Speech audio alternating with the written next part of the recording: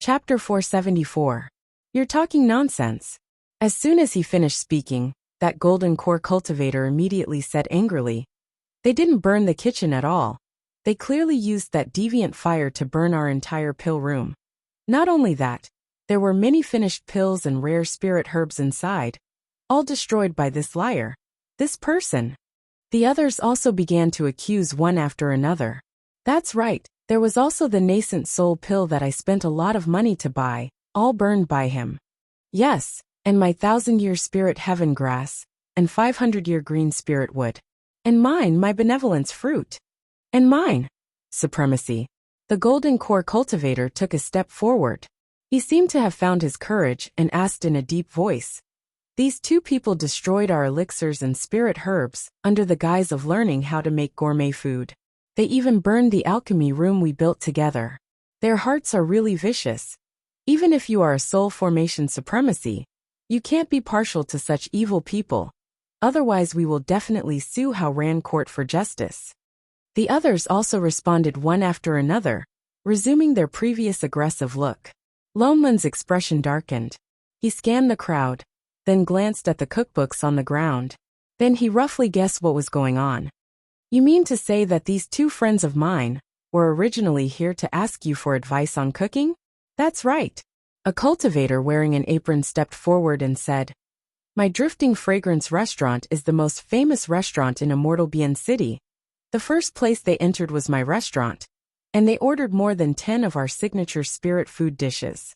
I originally thought that they were sincere in learning, so I passed the recipe to them out of kindness. I didn't expect that this was not what they were after." With that said, he even snorted coldly at I Ching, seeming to be very angry. "Our drunken immortal restaurant too. And us." The others also started shouting, looking at Chef like they were looking at enemies. "According to you guys," Lone Moon said in a low voice, "he not only cheated you of the recipe, but also went to burn the pill room that you built together, and destroyed all your spirit herbs and pills." "That's right." Everyone nodded hard, all of them looking righteous and angry. The more Lone Moon listened, the darker his expression became.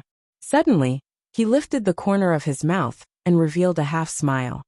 "So now, do all the cultivators think that I have a good character and don't have a temper?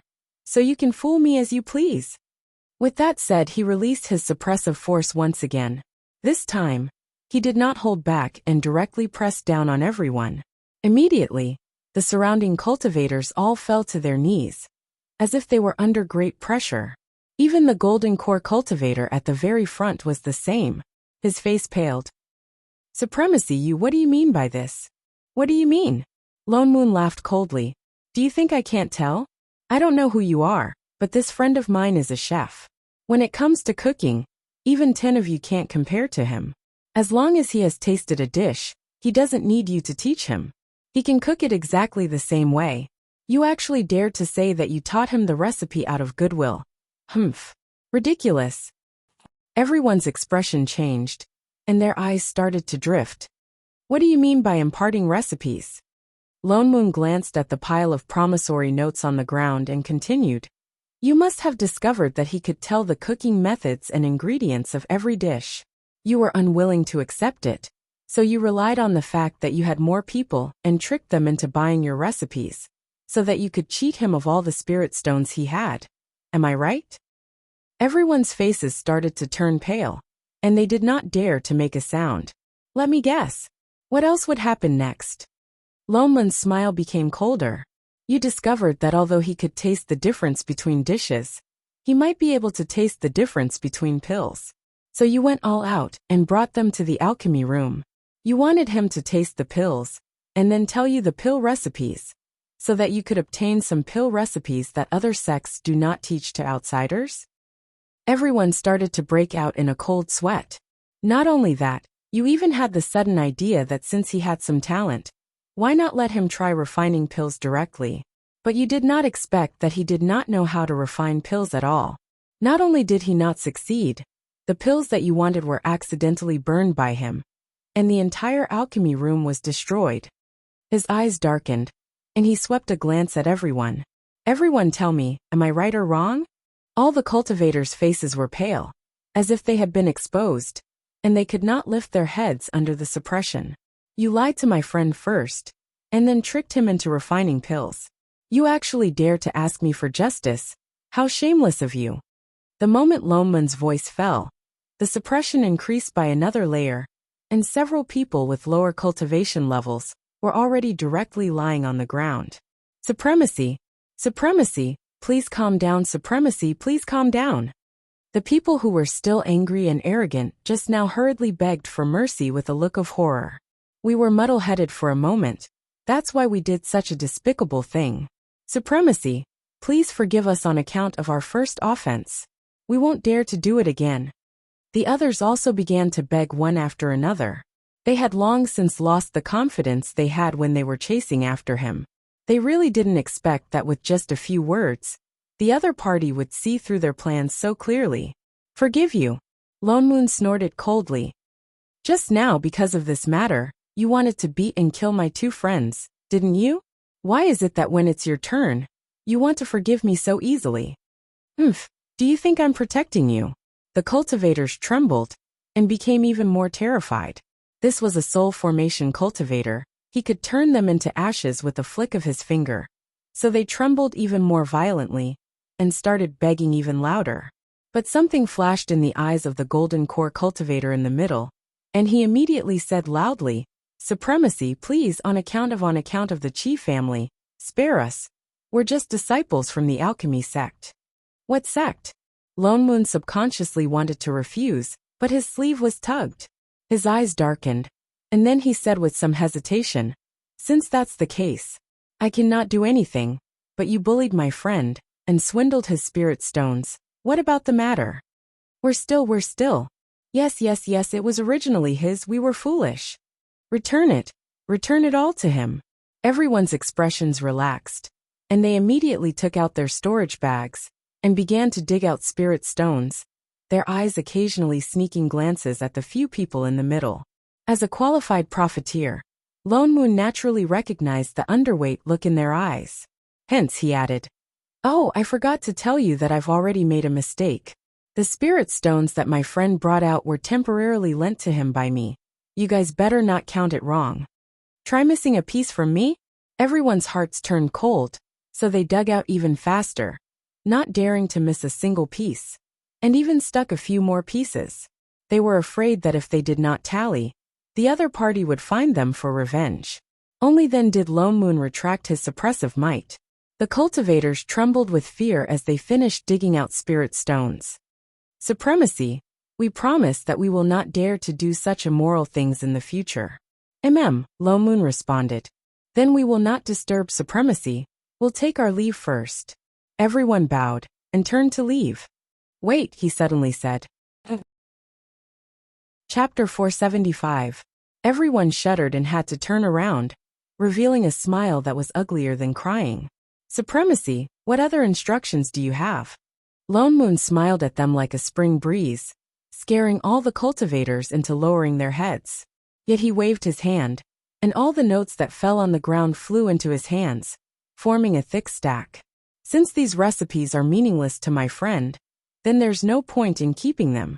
His eyes darkened, and his smile became even more commercial. Didn't you say that these are your signature dishes? Then let's redeem these recipes. Redeem? Everyone hesitated. Yes, don't you sell recipes? We don't need them anymore. Can we return them? Everyone looked confused. Although that was what they said, they had already refunded the money just now. But seeing his serious expression, they did not dare to refute, and could only grit their teeth and nod. Yes. All right, I won't cheat you. Just return them at the original price. The prices are all written on these lists. Lone Moon picked up one and read, This is Aroma Restaurant's secret braised spirit beast meat. 1,500 superior grade spirit stones. Chef, go and collect the money from the boss. Yes, Father Neo. I Ching immediately took out his storage bag and walked towards the person who was still wearing an apron. Oh, right, if you don't have spirit stones on you. It's all right, you can sign an IOU first. He waved the stack of IOU in his hand. Everyone. They felt so uncomfortable they wanted to cry. What kind of criminal gang was this? Lone Moon spent an hour before he returned the stack of IOU in his hand one by one, and replaced it with a new batch of IOU. Of course those people owed him.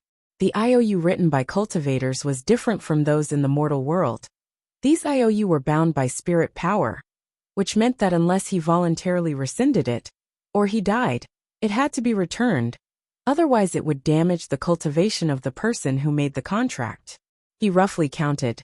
Shining and the others could bring at most 2 months of food expenses, which was 20,000 superior-grade spirit stones. But now he had at least 1 million spirit stones, which meant that he had more than 50 times the original amount, and that was without counting those IOU. Father Neo, you're amazing. Shining immediately clapped. Chef paused for a moment, then started clapping along with Shining. Father Neo, #1 in the world. Scram! Lone Moon turned and glared at the two of them. Don't think that I won't settle the score with you just because I got the money back. Normally, no matter how wasteful a meal was, it would not exceed 2 mid-grade spirit stones. In just one day, how did you guys manage to spend tens of thousands of high-grade spirit stones and owe a huge debt? Father Neo, don't mind such details. Details my ass. How could a few 100,000 spirit stones be *king details? Do you really think you have a mine at home? Yes, Fatty has a vein pearl. Shut up. If he had been any slower, even if he had a mine, he would have gone into debt. These two prodigals. Oh. Lone Moon kept the newly earned spirit stones in his hands. He had decided there would be no food allowance for the next month. Taking a deep breath, he regained his senses and said in a deep voice, "Tell me, what did you discover? You want to deliberately provoke the anger of those people and force me to play this kind of lousy show with you?" If he had not blocked in front of them, the two of them would have exposed their gloating performance just now. Although they were two cheaters with no integrity, they were not idiots, especially Shening, who was a person with a high IQ. There was no way she would fall for such an obvious trap. What's more, Chef was here. In other words, they did it on purpose. Don't say that. Weren't you very happy when you were counting the spirit stones just now? What's wrong with me collecting some spirit stones? Don't actors need to pay to appear? Celebrities' appearance fees were easily tens of millions. Him collecting a few million spirit stones was already considered cheap. Yes, Father Neo is the best actor. Everything he says is right. They were just poor beggars. What exactly happened? It's those elixirs. I Ching took a step forward and explained in a low voice. Master and I originally wanted to go to Immortal Bien City to buy some snacks. On the way, we met an injured cultivator. He asked us to go to a pill shop at the end of the street to buy a bottle of superior-grade chi-nourishing pills. So we went to buy one for him. Is there a problem with the elixirs? Lone Moon asked. There's no problem with the effects of the elixirs. They are indeed chi-nourishing pills that nourish chi. This is a common elixir used to replenish spirit chi. But we found that there was an extra medicine in the elixir. What medicine? Soul-nourishing grass. What? Lone Moon was stunned. Isn't the soul-nourishing grass a 7th-grade spirit herb? The chi-nourishing pill is a 1st-grade elixir. Using a 7th-grade spirit herb to refine a 1st-grade elixir. Did that alchemist have too much money? Or did he not pay attention during the refinement and put it in the wrong place? Or was the elixir placed together with the soul-nourishing grass and contaminated with spirit chi? I thought so too at first. I Ching frowned and continued. But I tried to use the true phoenix fire to purify the impurities in the elixir. But the entire elixir turned into ashes. How could that be? Lone Moon was stunned. Your true phoenix fire should only be used to burn impurities like elixirs. Wait. He stopped mid-sentence and his eyes widened. Could it be that the elixir was not the leaves of the soul-nourishing grass, but the soul-extracting powder? Yes. I Ching nodded. Shit. Lone Moon shouted silently. The soul-extracting powder was also made from a part of the soul-nourishing grass. The soul-nourishing grass was a very special spirit herb. It only grew in places with dense yin chi. Although it was rooted in yin soil, its leaves were the main ingredient in refining the soul-nourishing pill. The soul-nourishing pill nourished the spirit and cultivated the soul. It was mainly used to strengthen the divine perception and also had the effect of repairing the primordial spirit. That was why it was an 8th grade elixir. But the roots of the soul-nourishing grass were the exact opposite. The roots gathered a large amount of yin qi. Eating it would damage the divine perception, and in serious cases, the primordial spirit.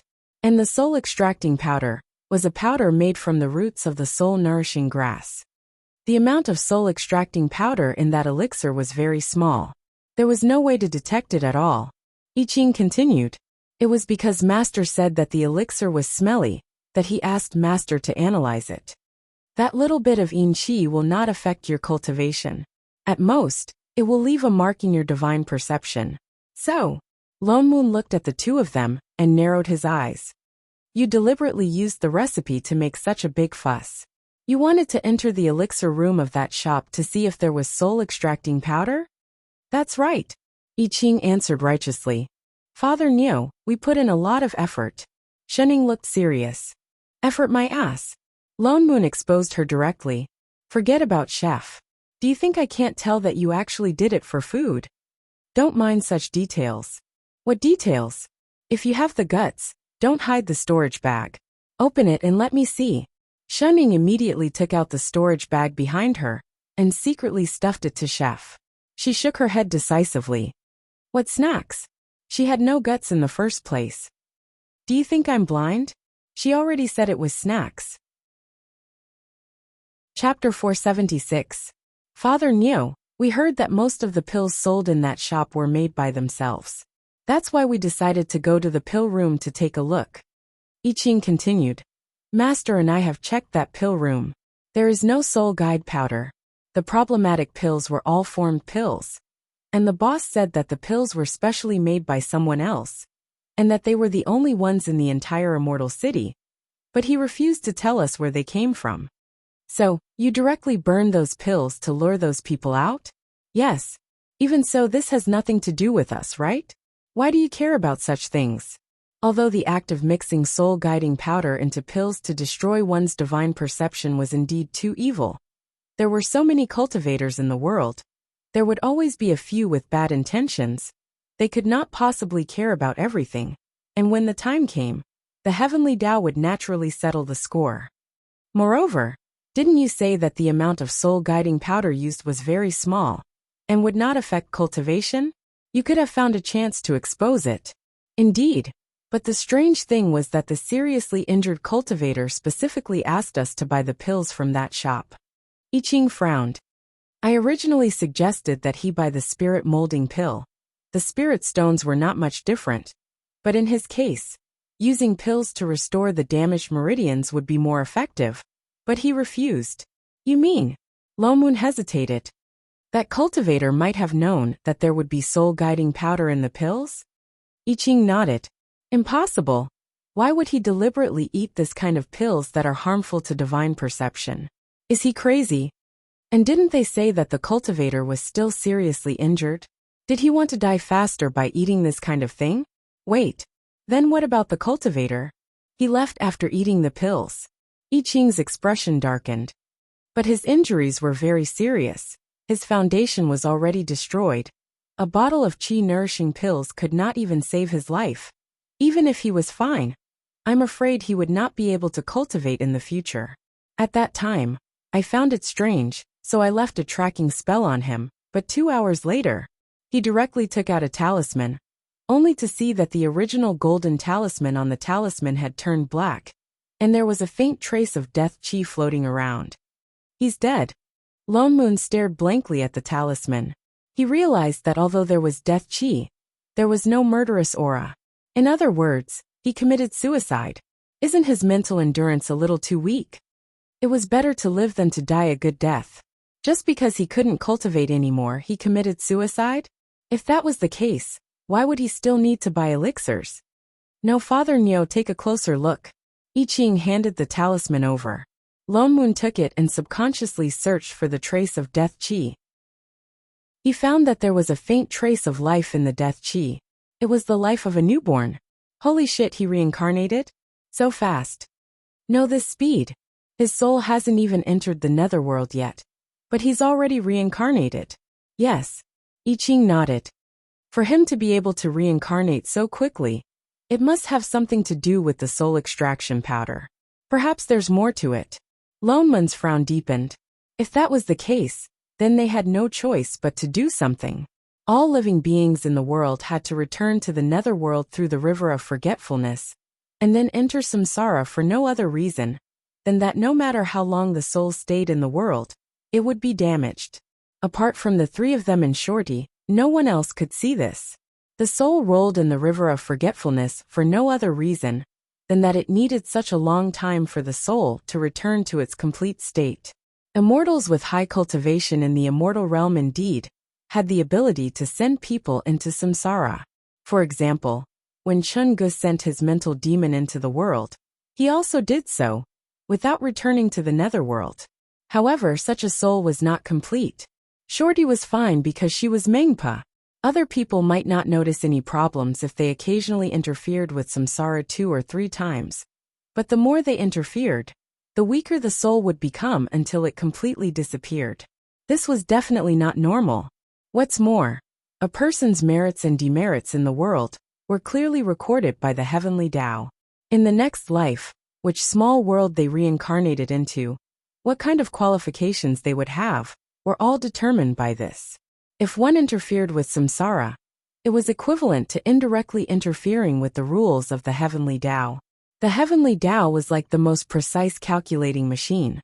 Although it could also correct errors automatically, occasionally there would be people who interfered with samsara, and karma would be reflected back to those people. But if there were too many of such bugs, even the most precise machine would make mistakes. The heavenly Tao could not calculate all of them, and it would be strange if it was not messed up. It seemed that the reason for the power of the rules of this small world being messed up was not just because of Fatty.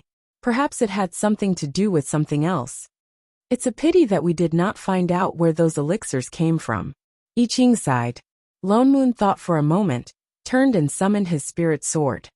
Let's go. Where to? Wasn't returning to the southern land in that direction? Nonsense. Lone Moon waved the IOU in his hand and threw 2 words back. Collect the debt. I Ching. Shining. Investigating and earning money at the same time, he was indeed Father Nyo. Lone Moon felt that Chef purposely hid his cultivation and burned the pill room and some completed elixirs, but did not lure out the people behind the scenes. It was entirely because those people did not take the 2 of them seriously at all, or this bit of loss was nothing to the people who refined these elixirs. If it was the former, then the appearance of him, a soul formation supremacy, might be enough to cause the other party to be wary. He was afraid that it was the latter. Then this matter would be even more troublesome.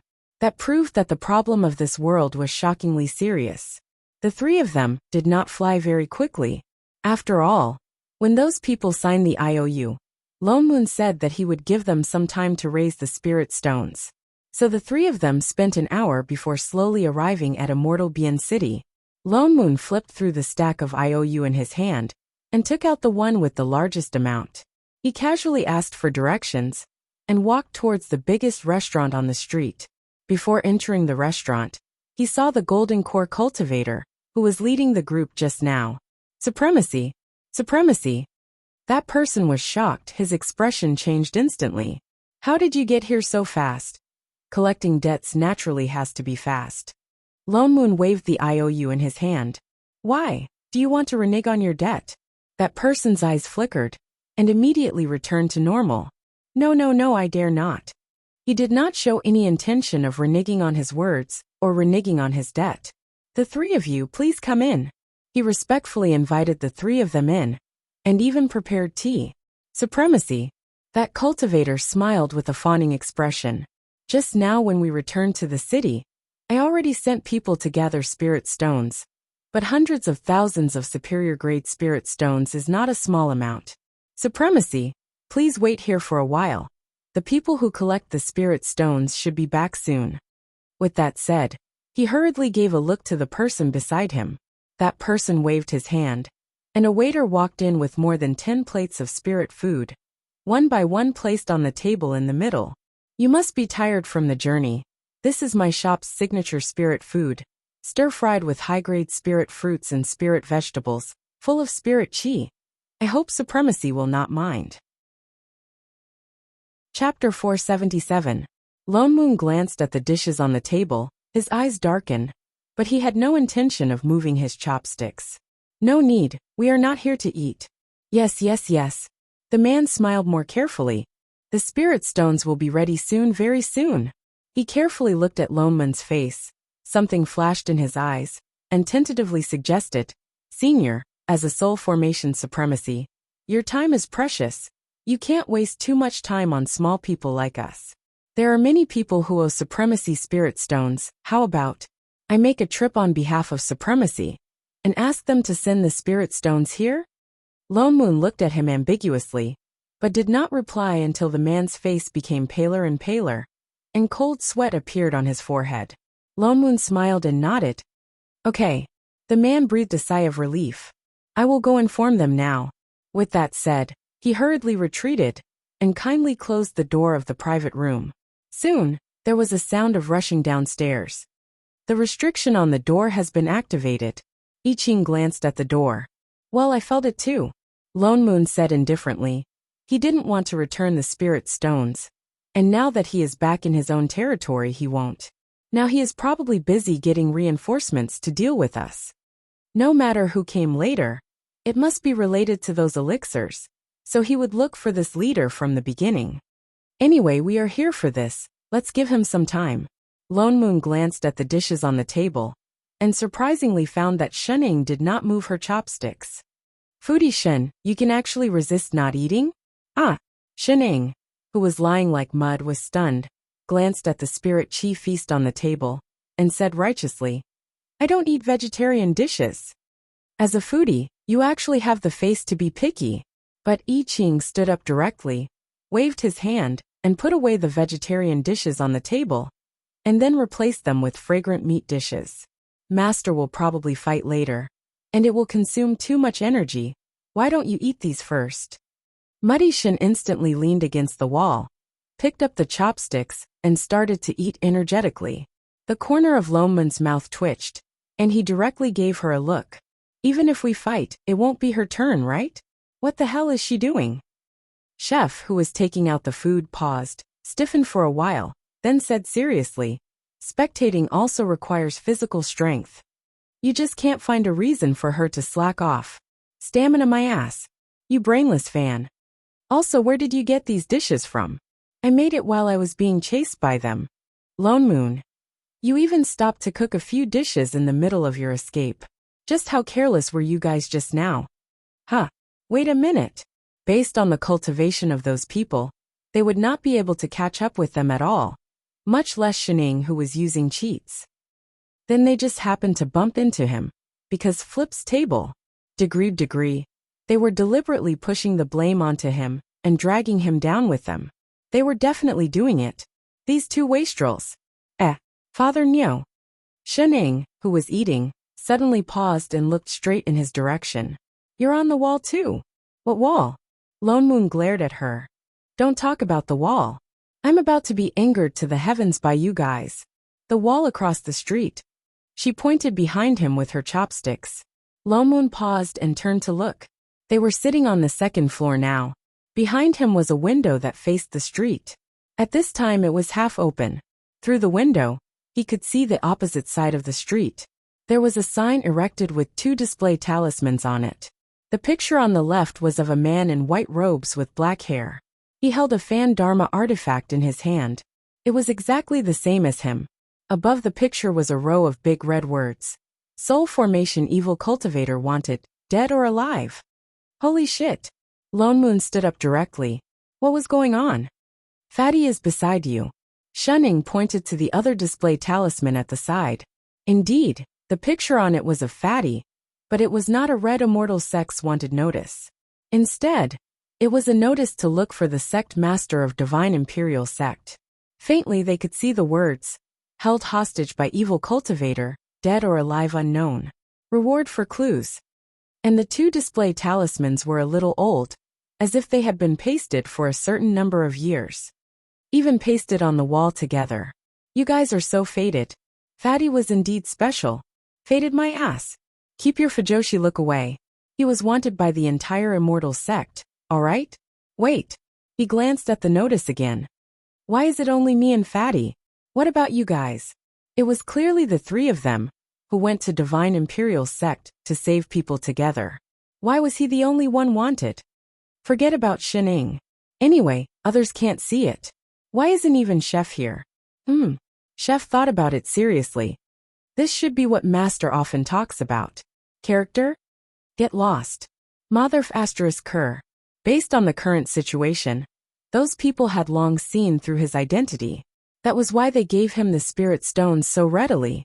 He had been anxious to find the two cheaters who ran away, so he did not hide his appearance beforehand. He almost forgot that when Divine Imperial Sect took Fatty back to the sect, they had a conflict with him. More than 10 soul formation cultivators and traveling immortals had fought with him. Then it was normal that Fatty's disappearance would be the first suspicion on him. A soul formation cultivator of unknown origin. This was a little troublesome.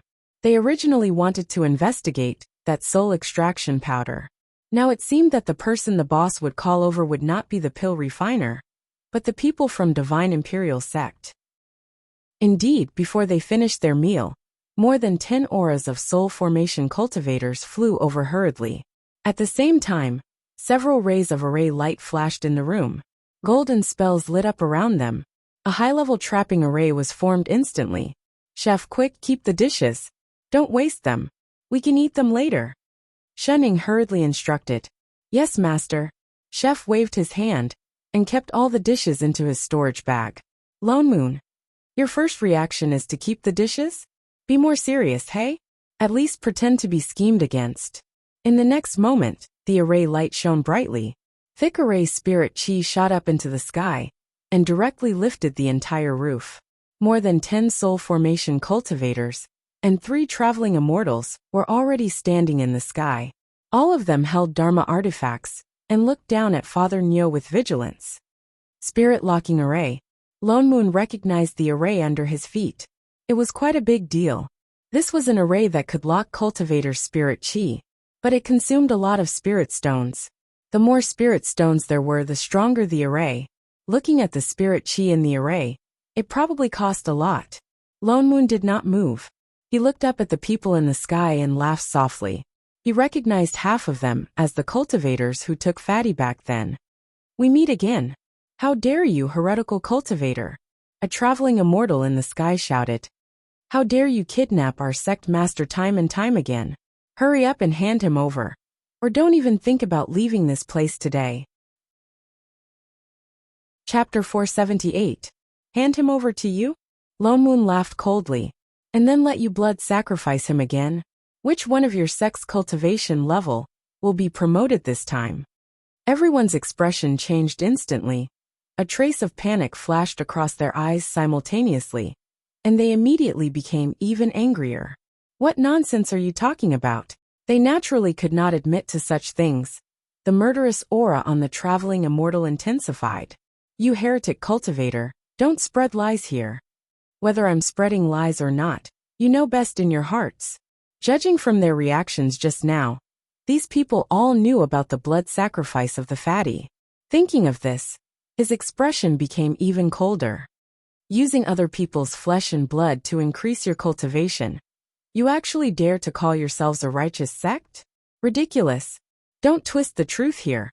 Hurry up and hand over Huize. That person was so angry that his face turned red, and his gaze became even fiercer. What, you're not calling him sect master now? Lone Moon's eyes darkened. Who is twisting the truth? Why don't you go back and ask that cultivator, who just ascended to soul formation, but was punished by heaven? Everyone was stunned, as if they were poked at something, and their faces turned pale. They must be thinking about the appearance of the divine dragon, and the lightning punishment. Let me give you a piece of advice. If you do too many immoral things, one day you'll meet a cheat. Everyone's expression became more and more ugly. The traveling immortal's eyes wandered for a while, and then immediately said loudly, You don't have to be alarmist here. Your spirit chi has been sealed. No matter how powerful you are, don't even think about moving a step. Hurry up and hand him over. Is that so?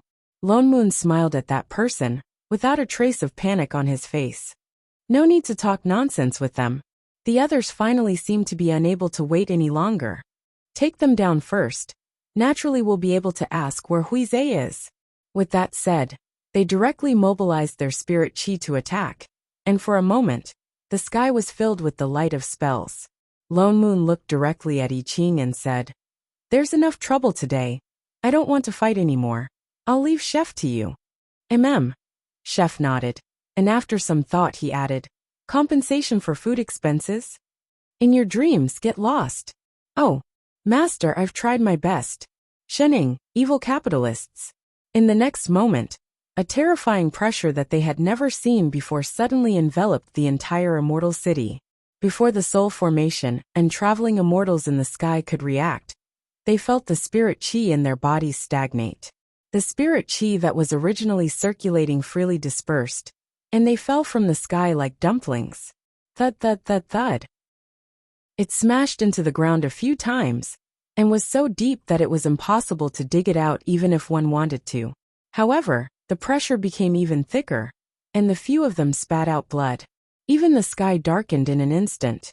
For a moment, the wind blew and the clouds surged.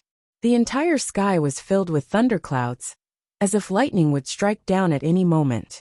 Well, what is this? Everyone was shocked. They had never felt such a terrifying pressure. It was not from a soul formation cultivator or a traveling deity. They even subconsciously thought that it was not the pressure of a deity. Lone Moon rolled his eyes at Chef. Damn it.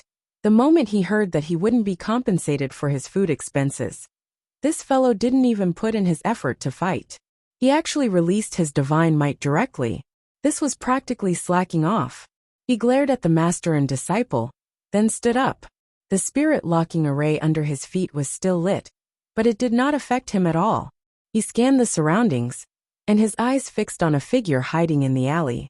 A stream of spirit chi shot out, and directly pulled the person over. It was the golden core cultivator, who owed him spirit stones just now. Before that person could react, he was suppressed to the ground by the spirit locking array under his feet. Instantly his face was full of fear. Say, Senior, spare me." Lone Moon walked a few steps closer, squatted down, and said in a low voice, "Let me ask you, the finished pills in the alchemy room. Where did you buy them from?" What? That person was stunned, and could not react for a moment. "Answer me honestly, and I will let bygones be bygones. If you say anything false." He did not continue, but smiled even more amiably. I don't dare." He thought of the miserable state of those soul formation and traveling immortals just now, and his eyes became even more frightened. After thinking carefully about his question, he said, Pills. Oh, we're just a small pill shop under the Chi family. We don't have much profit, so we produce and sell everything ourselves. We make losses all year round. We buy the finished pills from alchemy masters from all over the world. The sources are all different, so we buy from whoever has it. Because they did not make money, they opened other shops. Then what about Chi nourishing pills? Chi nourishing pills? That person was stunned for a moment. Chi nourishing pills are low-level pills, but usually alchemy masters with a bit of fame do not want to specially refine them. So only low-level disciples of various big sects will use them to practice. We also directly enter from a sect, but we do not have a fixed sect. That was strange. Where did those soul-inducing pills come from? And that cultivator who quickly reincarnated, how did he confirm that this shop had such special chi-nourishing pills? Lone Moon frowned. He did not expect that they had made a wasted trip this time. It seemed like he had to slowly investigate this matter. He got up and glanced at the few soul formation and traveling immortal cultivators who were about to be pressed into the ground by the divine aura. He could not be bothered anymore. He turned back and shouted, let's go back." Oh. A certain piece of mud lying on the table slowly got up. The three of them were about to fly on their swords when Lone Moon seemed to suddenly think of something. He turned to look at that golden core cultivator. "Oh yes, didn't you say you were going to collect spirit stones to pay off the debt? Have you collected them now? Quick, pay the money." Shening. I Ching. Cultivator. "Are you a devil? After Lone Moon returned to the southern land, he continued to focus on training. Oh no, on educating Fatty. Compared to the supreme-grade trash in swordsmanship, Fatty's skills in alchemy, talismans, arrays, and weapons were extraordinary. No matter how complicated the array was, or how difficult the talismans were, Fatty could learn them in an extremely short time and master them. Moreover, Lone Moon only had to teach him once for him to master all kinds of mental cultivation techniques and Dharma spells on the same day. Others would need years, decades, or even centuries to familiarize themselves with spells, but he could immediately find the key to it and use it freely. Most cultivators had limited energy and would usually focus on one thing. Even if it was a mental cultivation technique, they would choose to focus on practicing it. But Fatty was different. He had learned everything about alchemy, talismans, arrays, and weapons. He had even practiced all kinds of mental cultivation techniques. Coupled with his 5-elemental spirit root, no mental cultivation technique would reject or be incompatible with him. Every aspect was top-notch in the lower realm. He had truly achieved moral, intellectual, physical beauty. Apui, alchemy, talismans, arrays, and weapons were all developed. There was no sign of him being biased. Apart from not being a fiendish cultivator, he was practically the next boss land's plug-in. Chapter 479. Rabbit, who had been accompanying a certain someone through bitter cultivation, felt a little puzzled. When they first entered the sword array, Fatty was still a weakling who couldn't even pass one level. He was often chased by the sword chi in the array until he cried out in pain, and his cries could be heard throughout the entire 10-level sword array. Just a few years ago, he still secretly sympathized with his brother Fatty, thinking about how under great immortal Lone Moon's forced training, his own cultivation was already improving rapidly, while Fatty was still at the same level. This was too pitiful. When Rabbit rose to the 9th level, Fatty was still in the low-level sword array. When it reached the 10th level, he was still in the low-level sword array. When it reached the 11th level, he was still in the low-level sword array. He originally thought that brother Fatty really didn't have any cultivation talent, and would probably struggle to survive in the sword array for the rest of his life. But he didn't expect that after leaving the sword array, things would suddenly take a sharp turn. When Fatty practiced the array cultivation mental cultivation technique, Rabbit was at the 11th level. When he practiced the talisman cultivation technique, Rabbit was still at the 11th level. When he practiced the pill and artifact cultivation technique, Rabbit was still at the 11th level. Even one day, when he woke up one night, he actually found that Fatty had inexplicably become a soul formation cultivator, the aura of his body faintly pressuring him to the point of suffocation. Rabbit was a little suspicious that he had been hit by some sorcery, and thus missed such a big event. Otherwise, why did brother Fatty advance a whole realm in one night? And not only did he not feel it, he didn't even hear the sound of the tribulation thunder. In just a few years, brother Fatty mastered the 4 skills of pill, talisman, array, and artifact, as well as the 5 mental cultivation techniques of metal, wood, water, fire, and earth. And no matter which one he took out, he was at the top level in the entire cultivation world. As a cultivator of the lower realm, apart from sword techniques, Fatty basically had nothing to learn. The only higher level was immortal arts. Rabbit expressed that he was shocked. Fortunately, no matter how powerful he was, he lived under the demonic claws of great immortal Lone Moon.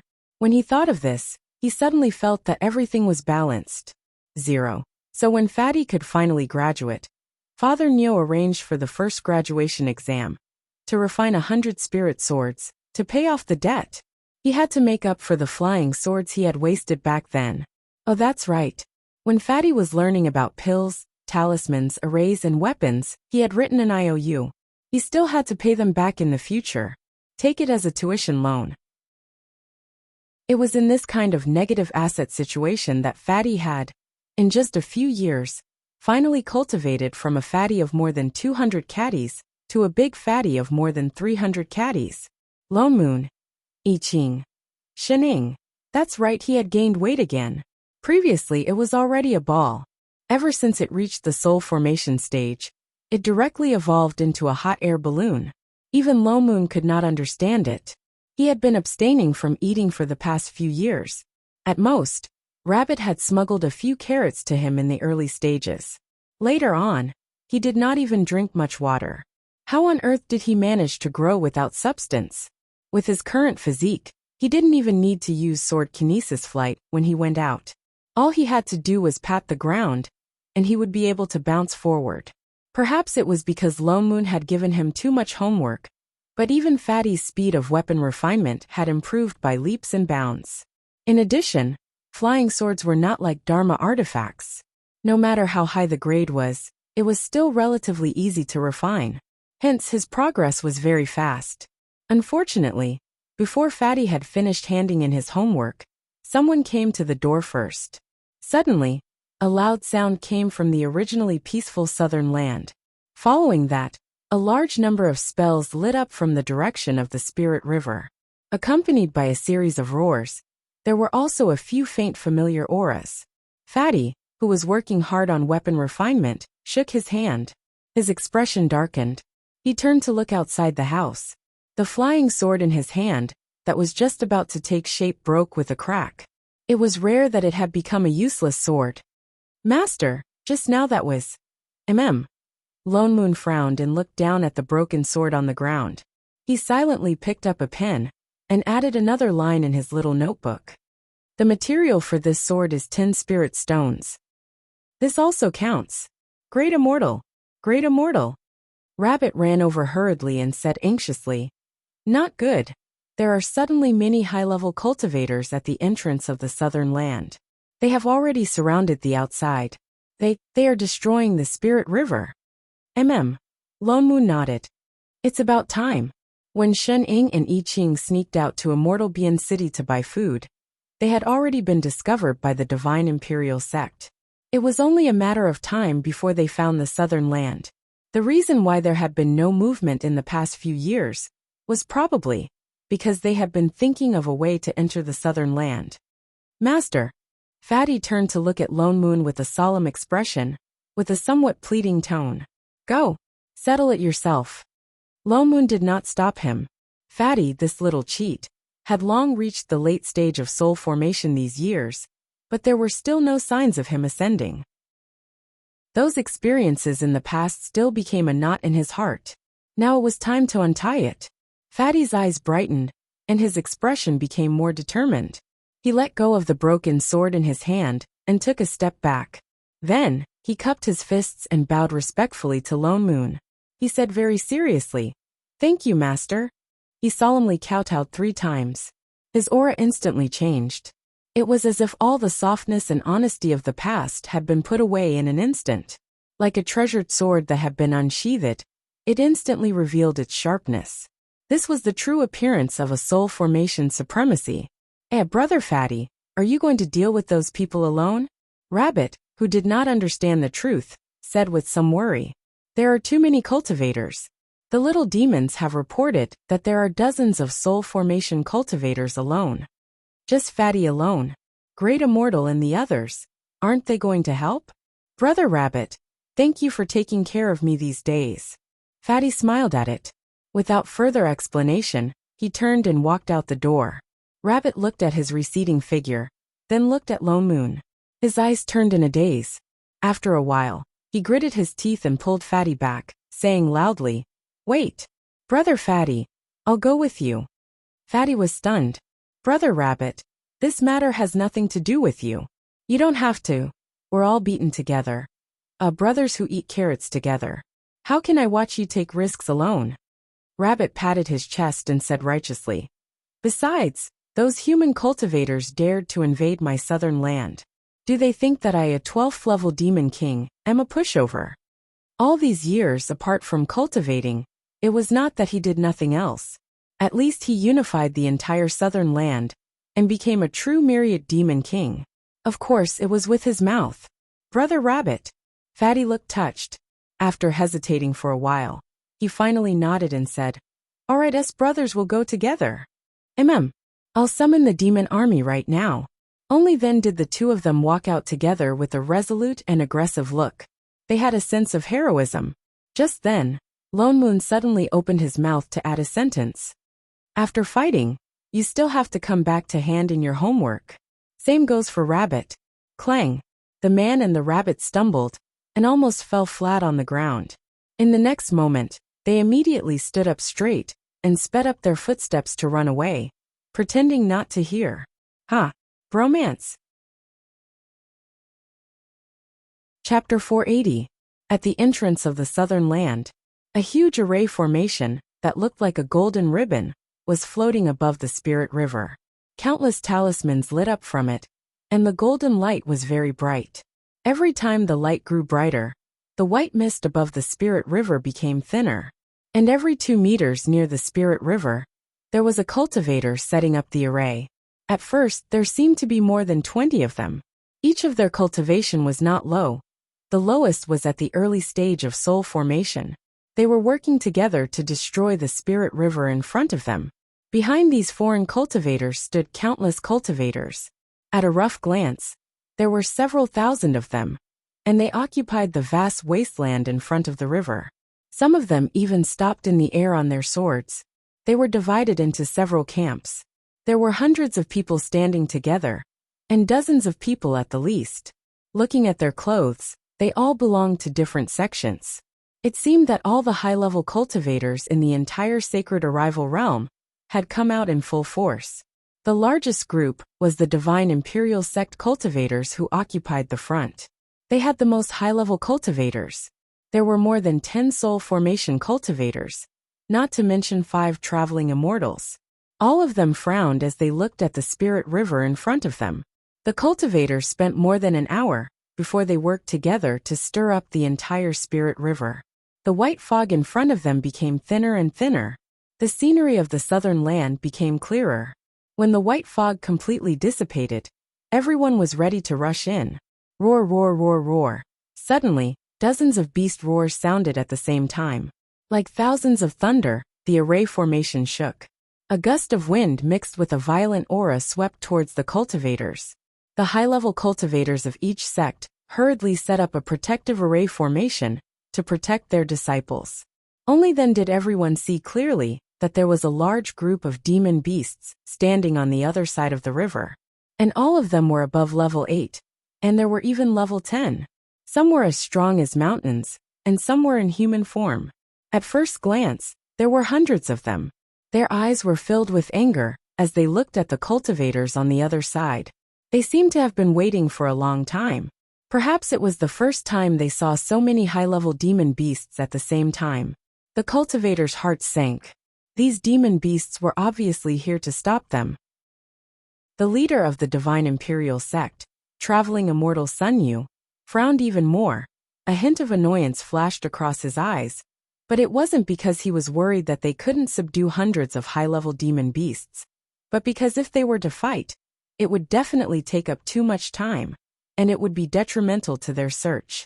Just as he was thinking, the herd of demonic beasts suddenly roared in unison and parted to the sides, opening a path. 2 men, one gray and one white, walked out. The man in white had a monstrous aura around him, and even the expressions of the soul formation cultivators present changed. This was a 12th-ranked demon king. As for the person beside him, it was a ball. No, it was a man as fat as a ball, and his facial features looked a little familiar. The eyes of everyone from Divine Imperial Sect lit up as they stared at the person on the right. Huize, Sun Yu shouted subconsciously. You bunch of human cultivators. How dare you barge into my southern land and destroy my Spirit River? Are you tired of living? Do you want me to send you to hell? Rabbit snorted coldly. The demonic aura around him intensified, and he pounced towards the crowd. Sun Yu's eyes darkened, and he glanced at Fatty, who was standing beside the Demon King, before stepping forward and saying, Demon King, we originally had no intention to provoke a battle between the Demon and Beast clans, but you colluded with heretical cultivators, kidnapped our sect master, and hid here for several years. As a disciple of Divine Imperial Sect, how can we not care about what you do? With that said, he looked at Fatty again, and a hint of greed flashed across his eyes. Today, all the cultivators are gathered here. Hurry up and release our sect master. Otherwise, don't blame us for flattening the southern land. I'm not your sect master. Fatty's face darkened, and he felt that the word sect master was extremely disgusting. He said directly, Brother Rabbit didn't kidnap me at all, and neither did Master and the others. All these years, because of my special physique, you guys used me as a blood sacrifice time and time again, and used my flesh and blood to raise your cultivation. If not for Master and the others arriving in time last time, I would have died in the blood array long ago. Once these words came out, everyone was shocked, and they all looked towards the people of Divine Imperial Sect in the middle, using the blood and flesh of living people to raise cultivation. Such a shocking thing was completely unheard of. As the leader of the immortal sects, would Divine Imperial Sect really do such a thing? Sect Master, you are still inexperienced. Don't be fooled by those heretical cultivators. Sun Yu, however, didn't panic at all, and there was not even a hint of guilt on his face. Instead, he looked pained and worried. That heretical cultivator kidnapped you with impure intentions in the first place. That's why he would use these words to deceive you. Our sect is indebted to your ancestors. How can we do such a thing that is worse than beasts? Moreover, using blood and flesh as a sacrifice to raise cultivation is really absurd. How can there be such a strange thing in this world? Indeed, no matter how powerful the cultivators in this world were, they were only flesh and blood. Everyone was the same. If flesh and blood could really raise cultivation, not to mention ordinary cultivators, even those fiendish cultivators who often came into contact with corpses, and Yin Chi would all have extremely high cultivation. Everyone nodded. They were sure that this fatty was deceived by others to believe such absurd words. Moreover, Sect Master, your body has been weak since you were young. We were eager to save you, so we had to use some special methods. There would be some pain during the treatment. Sun Yu continued to explain, his expression even more worried. But this is all for the good of Sect Master. Treatment of pain. Fatty laughed out loud. What kind of serious illness do I have that I need to cut off my arms, cut open my abdomen, cut my flesh and let out my blood once every 7 days? He suddenly felt that it was meaningless. Clearly when Master saved him that day, he should have seen clearly what kind of demons they were.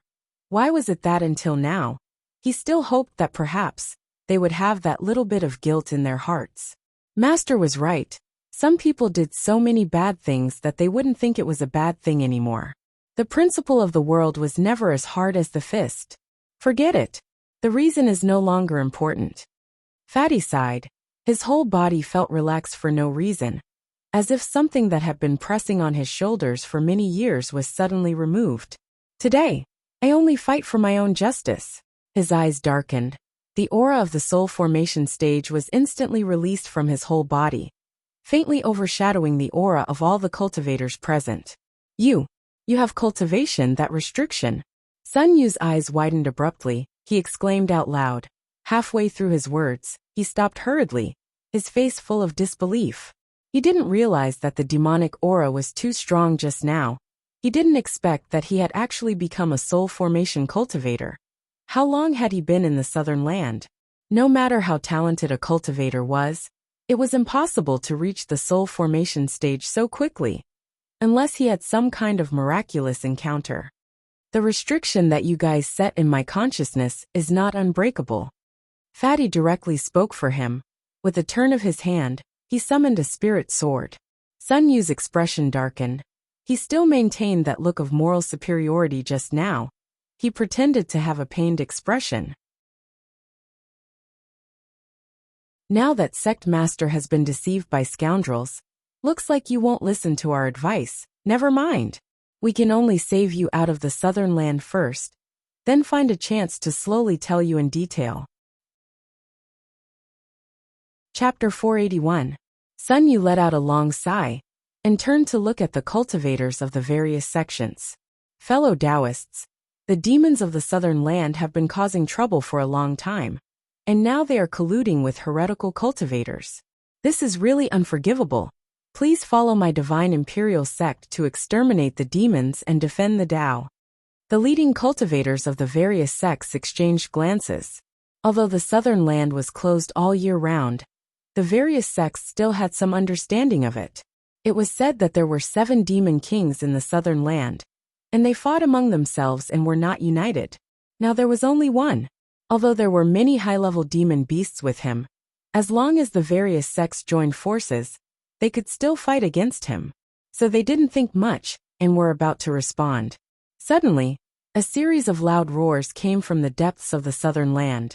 Dust filled the sky behind the demons, and with a series of rumbling sounds, a large amount of thick demon aura was approaching here. Even the ground was shaking, as if thousands of troops and horses were galloping over. In a short while everyone saw clearly what it was. Demon beasts. It was countless demon beasts rushing over in a frenzy, densely packed together. Even the originally dense forest was pressed down. The demons and beasts were so densely packed that they couldn't see the end. Such a large beast tide. Not to mention them. Even if all the cultivators of the entire sacred arrival world came, they might not be able to stop it. And at a glance, each demon beast's cultivation was not low. When they got closer, they even found that there were 6 shocking demon auras in front of the herd. They were obviously 12th level demon kings. The 7 demon kings of the southern land were actually all here. If they joined forces, the various sects cultivators felt a chill in their hearts, and their faces turned pale.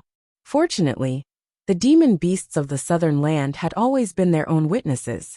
It shouldn't be so easy for them to join forces. The sky full of demon beasts rushed all the way, and only stopped in front of the Spirit River. The 6 leading demon kings walked up directly, and then turned and knelt down in the direction of Rabbit without hesitation, and spoke in unison. Reporting to my king, I have already gathered the demon army, and came under orders. Rabbit nodded, and gestured for them to get up. Thank you for your hard work, demon kings. This is our duty. I dare not say it was hard work. Leopard King, who had finally grown new claws, hurriedly replied.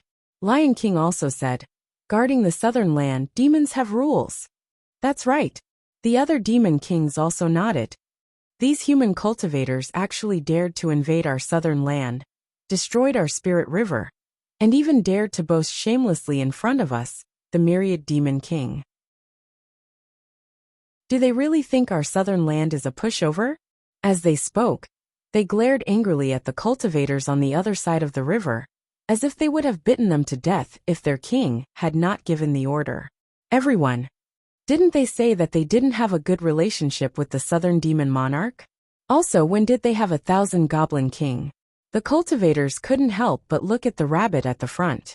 They were clearly all at the 12th level. So why were the demon kings willing to serve that rabbit demon as their king? The cultivators' hearts sank. Suddenly, they didn't dare to act rashly. They couldn't help but feel lucky that they didn't have time to respond to Divine Imperial Sect's invitation to battle just now. It should be known that the cultivation of a 12th level demon king and a traveling immortal was not much different. Moreover, the demon race was naturally strong. They might not be able to gain the upper hand. Not to mention there were 7 of them. Not to mention those 10th and 11th ranked beasts. They did not even dare to look at the numbers. Everyone from Divine Imperial Sect paled, not knowing what to do. Brother Rabbit, Fatty said directly, today's matter is only between me and Divine Imperial Sect. It has nothing to do with others. There's no need to cause a conflict between the 2 races. Let us settle it ourselves. Brother Fatty. The rabbit panicked and wanted to say something, but looking at Fatty's determined eyes, it swallowed the words that were at the tip of its tongue. On the way here, Fatty had already explained his matter clearly to it. Naturally, it understood his thoughts, so it took a step back and turned to look at the cultivators of the various sections. Listen, I cannot pursue the matter of you trespassing into my southern land today, but my brother has to settle the score with Divine Imperial Sect. This has nothing to do with others. If others dare to interfere, then my demon race doesn't mind interfering as well. Its meaning was clear. It was Fatty's business to settle the score with Divine Imperial Sect. If others were to help Divine Imperial Sect, then they would fight. The cultivators of the various sects looked at each other for a while. No one dared to stand out easily. After all, between a personal grudge and a war between the 2 races, no one would choose the latter.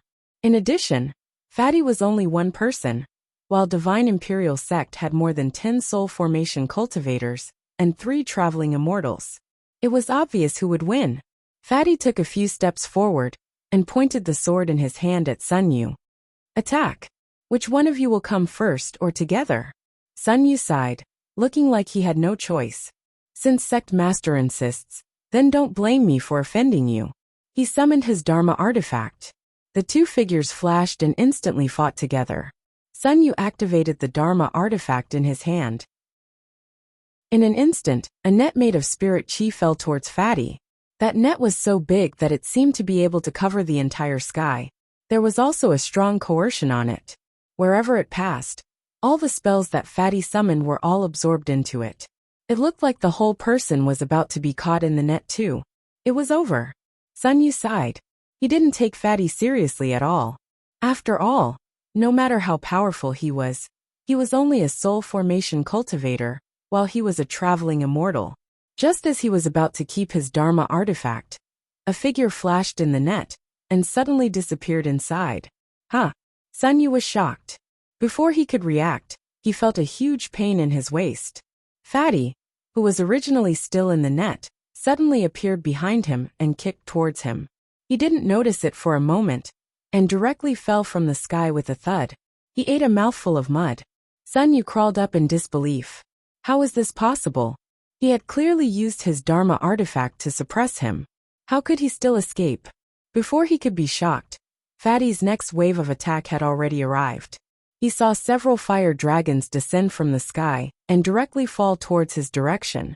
His heart sank. He didn't dare to underestimate the other party anymore. He hurriedly summoned a large amount of water vapor and condensed it into a stream of water to counterattack. That stream of water was like a chain and wrapped around the fire dragon, wanting to completely extinguish the water dragon. But just as it wrapped around the dragon, several lightning bolts suddenly appeared on the dragon's body. Not only did his stream of water not extinguish it, it instead caused the lightning bolts to flourish. The entire fire dragon instantly became several times thicker, bringing with it crackling lightning. With a rumbling sound, the fire dragon charged down. It was already too late for Sun Yu to dodge. He could only hurriedly lay down a defensive barrier, but it was completely useless. Those lightning bolts instantly broke through his defense and swallowed him whole. Ah! Sun Yu instantly let out a tragic cry. If not for the Dharma robe on his body, his entire body would probably have been completely burned. However, his exposed skin was still burned. The intense pain caused him to directly roll on the ground. But the fire dragons in the sky were not done yet. Immediately after, several fire dragons once again descended. Chapter 482.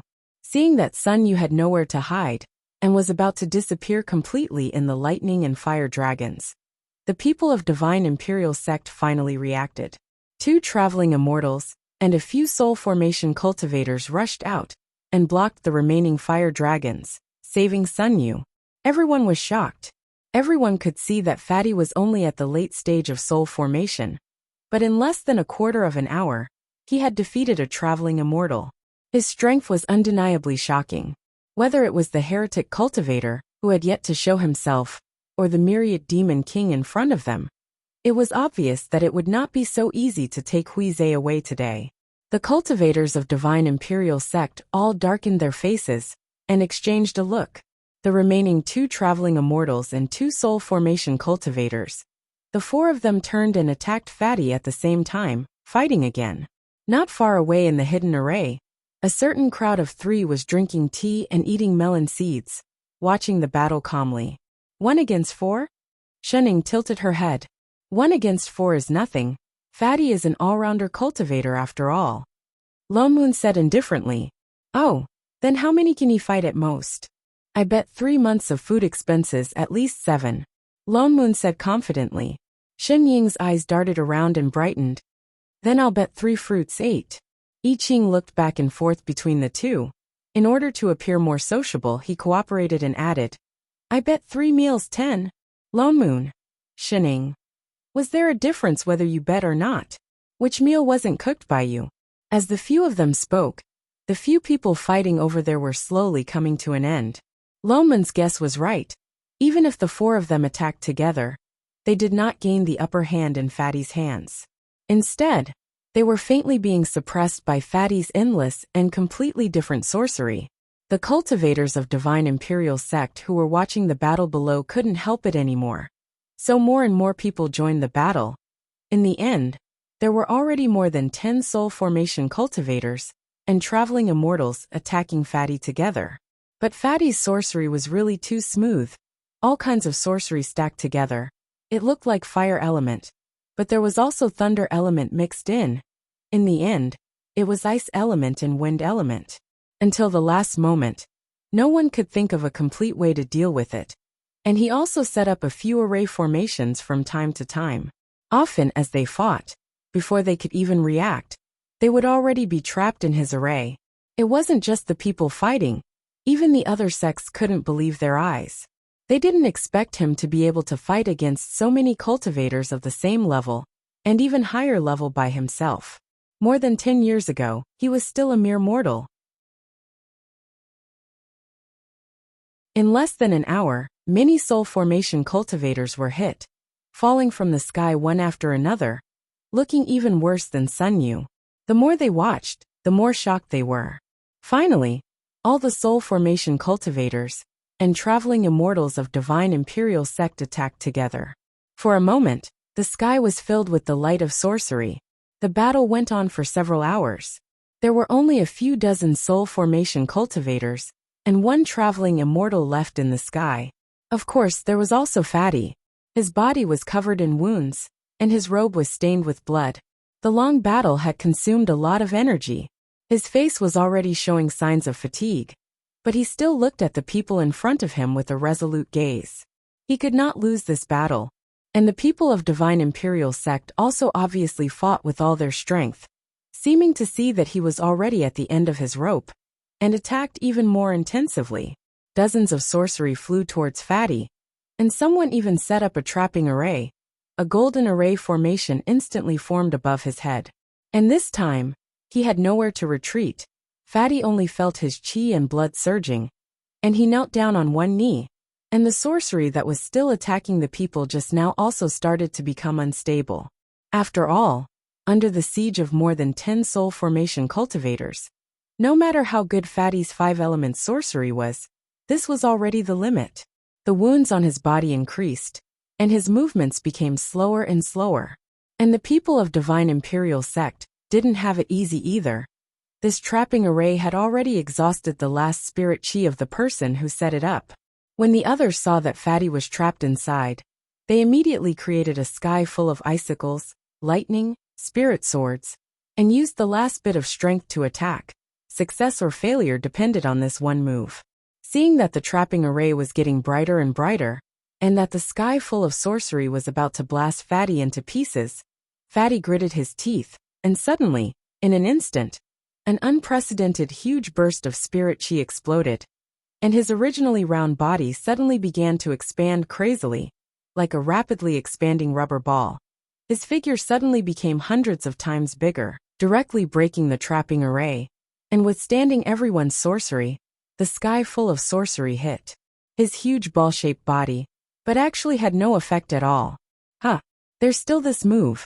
The master and disciple group of onlookers all turned to look at a certain Dean. What are you looking at? Lone Moon directly glared back. What the hell is this misleading look of yours? I'm making use of his strengths. Do you understand? The two of them. Society. On the other side, Fatty, who had already turned into a huge rubber ball, had already begun to spin. For a moment, the wind and clouds surged, before the surrounding soul formation cultivators could react. They were instantly thrown out by the surrounding astral winds, together with their own sorcery attacks. Instantly, everyone was like dumplings, falling from the sky with a thud. And Fatty directly rose into the air, flew into the sky, and smashed down. The speed was shocking, and the people who had exhausted their spirit chi had no way to dodge at all, could only watch as a huge earth-shattering meatball fell from the sky, directly smashing towards them. Then there was a loud boom. Instantly, A huge pit more than 10 meters long appeared on the ground, and the surrounding was even more cracked inch by inch. For a moment, the earth shook and the mountains swayed. Even the surrounding sects had to set up arrays and fly on their swords to avoid being affected. And the people of Divine Imperial Sect had long been crushed into meat patties. Only a dozen or so weak auras remained, proving that they were still alive. But it was not known if they could survive, let alone if their cultivation could be preserved. Father Neo, this isn't a move of a body cultivator, is it? I Ching said subconsciously, not to mention the sudden transformation. Such a strong body to be able to crush a soul formation cultivator like this. It could only be a body cultivator. Shut up. Who said he was a body cultivator? Fatty definitely couldn't be a body cultivator. Definitely not. Only then did Fatty return to his original appearance. His situation was not good. This move had already used up all his spirit chi. His whole body was almost turning into a blood ball. His body stumbled a few times, but he struggled to not fall. Sweeping a glance at the Divine Imperial Sect cultivators all over the ground, he won. He really won. His tense nerves finally relaxed. The corner of his mouth involuntarily lifted into a smile. He subconsciously turned back, looking in the direction of Rabbit. He wanted to immediately go back and tell Master that he did it, but just happened to see Rabbit's shocked expression. "Watch out!" Rabbit shouted. Chapter 483. The fatty was taken aback. He felt a huge pressure suddenly attacking him, bringing with it an aura that made it impossible for him to resist. The heavily injured Sun Yu suddenly threw something out. The sanctimonious look in his eyes was long gone, and he looked like he wanted to skin Fatty alive. A huge green umbrella suddenly appeared in the sky, surrounded by white light, and a strong pressure swept across a radius of several miles. Be it the cultivators of the various sects or the demons, they all looked horrified. This umbrella was obviously not an item of the mortal world. Soul-absorbing umbrella? Fatty faltered, but it was already too late to dodge. Holy shit! Lone Moon cursed. He couldn't win and actually used an immortal artifact to cheat. Did he think he was dead? He stood up directly and was about to attack, but was pulled back by Shening beside him. Father Neo. Just as the immortal chi on the umbrella was about to hit Fatty, a Buddhist name suddenly came from the sky and instantly dispelled the attack on the umbrella. Amitba. Everyone heard a series of bells ringing, and they saw a bald man in a kasaya flying over on a lotus platform. His entire body was emitting a faint golden Buddhist light. Compared to the other handsome cultivators, his appearance was very ordinary, but there was a cinnabar dot between his eyebrows that was particularly eye-catching. His entire person gave off an aura of compassion. It's a Buddhist cultivator from Haoran Court. Someone recognized the identity of the person and directly exclaimed. The person waved his hand and instantly forcibly kept the green umbrella immortal artifact and bowed to everyone. This poor monk Chanji greets all benefactors. Everyone was shocked. Some even widened their eyes, their faces full of disbelief. Chanji? Isn't that the Haoran Court Lord? I didn't expect him to actually come personally. Haoran Court does not participate in worldly disputes. They only judge the justice of the world. Coming at this time, could it be that someone is doing evil? It seems that there must be something hidden between the people of Divine Imperial Sect and this sect master that caused Haoran Court to act. Everyone began to speculate softly, but without exception, they all had some respectful expressions towards the person who came. Even Fatty's expression softened. Huh. Shening tilted her head, glanced at the monk who suddenly appeared, and then turned to look at Lone Moon. Why are you looking at me? Lone Moon rolled his eyes. I don't know who this is. What Haoran Court? He had never heard of it. Chef, on the other hand, frowned and asked subconsciously, Master, the Buddha light on this person. Shening nodded. What Buddha light? This is the golden light of merit, right? Lone Moon also saw it and subconsciously replied. I Ching opened his mouth as if he wanted to say something, but in the end he didn't. He turned his head and continued to look at the center. The monk called Chanji had already taken the green umbrella and walked towards Sun Yu, who was on the ground. Taoist Sun. Since you have already lost to this Taoist Hui, why must you stab him in the back, take out your immortal weapon and add to the sins of killing? Sun Yu's face paled, and his expression changed a few times. After a while, he hit it again, and took out an elixir to eat. Then he replied, I was wrong. Hui Zhe was originally our sect master, and we served him with all our might. For more than 20 years, we never thought that he would not be grateful. He was even deceived by a heretical cultivator, and held a grudge against us. I was so angry that I took out my immortal weapon. Shut up, don't slander my master. Fatty retorted directly. Master removed the seal on my spirit root, and taught me sorcery. He's not a heretical cultivator. He's the best master in the world. You know very well who is deceiving me. Rabbit also hurriedly flew over and supported Fatty, who was on the verge of collapsing. That's right. How dare you slander great immortal? Do you want to die? Ba. Chanji sighed and said, the feud between the two of you has already involved both the human and demon realms. In order to prevent people from dying, my Hao Ran court naturally cannot sit back and do nothing. If the two of you believe me, why don't I judge for the two of you? A hint of hesitation flashed across Fatty's eyes. After a while he still nodded. After all, Hao Ran court was different from Divine Imperial sect. They did not belong to any sect. It was a place completely independent from the immortal sections. Everyone in the sect hated evil and had enough power. They were an existence that the entire sacred arrival realm looked up to. If a cultivator had any grievances, as long as they could cross the uncrouped sea and find Hao Ran court, they would definitely come forward to uphold justice. My body constitution is special. I've been imprisoned in Divine Imperial sect since I was young.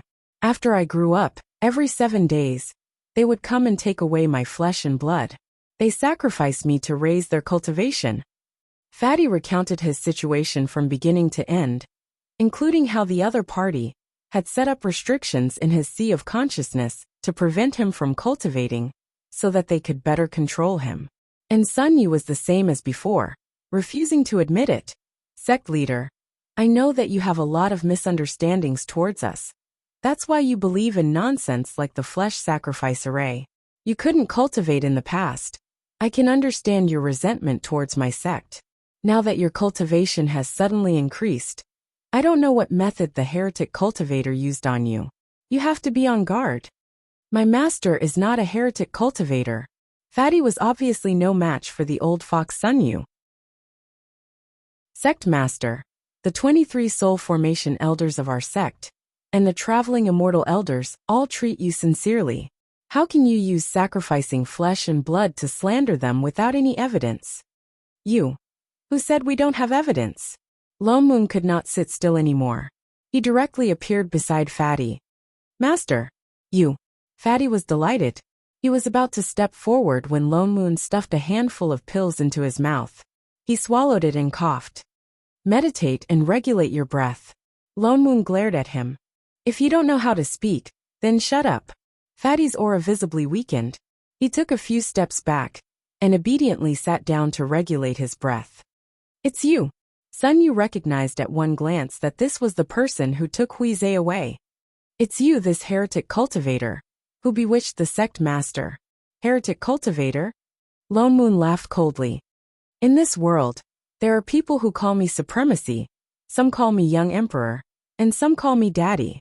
But this is the first time someone called me a heretic cultivator.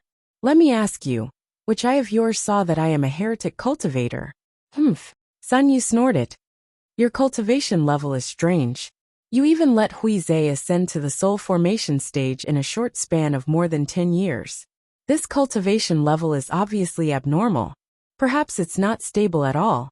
Who knows if there will be problems in the future? To be able to do this, if you're not a heretic cultivator, then what are you? Fatty's cultivation level is unstable. Lone Moon laughed coldly. So you were beaten down by an unstable soul formation cultivator just now? Sun Yu was stumped, unable to say anything from his retort. You're the one who's ignorant, and you blame others for being too outstanding. Let's not talk about whether I'm a heretic cultivator or not. But you must be a stupid cultivator, stupid as stupid as stupid. You want to argue with me? Rabbit was taught by me. Other than the foodie Ing, he has never lost before. You. Sun Yu was so angry that his face turned red. His chi and blood surged. He almost spat out a mouthful of blood. Chapter 484. Amitabha. Chanji stepped forward at the right time and interrupted the two of them. Fellow Taoist, I wonder what exactly do you mean by the evidence you mentioned just now? Is there any truth to it? Lone Moon laughed coldly. Of course. As he spoke, he took out a white stone. This is an image recording stone. Chanji was stunned for a moment and instantly understood what he meant. Could it be that this stone records the truth? Lone Moon did not answer and directly transmitted a bit of spirit chi to activate the image recording stone in his hand. Immediately, spirit chi gathered above the stone and images appeared. It was the scene of the Divine Imperial Sect's promotion ceremony for that Yusu. He sat in a huge array, facing the heavenly lightning. In the next moment, the image flashed, and they arrived in a secret room. Fatty lay in the blood sacrifice array, his body full of wounds. Blood flowed into the array, and into the defensive array of the person going through the tribulation. All the sect's expressions changed, and some even turned to look at Sun Yu in disbelief. This did not seem like what he said, the scene of Hui Zhe's weak body being treated. Ridiculous. A trace of panic flashed across Sun Yu's face, but he still defended himself loudly. How can such a brainless scene prove that we did it? Though Hui Zhe is in the blood array, there is no one else beside him. Who knows if you deliberately framed him? You don't want to admit it? Never mind, there's more. Lone Moon laughed mockingly. Indeed, in the next moment, the image changed and several figures appeared. It was the scene of 3 traveling immortals from Divine Imperial Sect pressing Fatty into the blood array. This time, it was not just an image but also a voice. The 3 people inside could be heard saying, Hui Zhe, you know that Yusu has been at the peak of nascent soul for many years, and his cultivation level has stabilized. It's time for him to advance, yet you sneaked out. The date of the promotion ceremony has been notified to all sects. It cannot be changed anymore. Now you can only enter the array.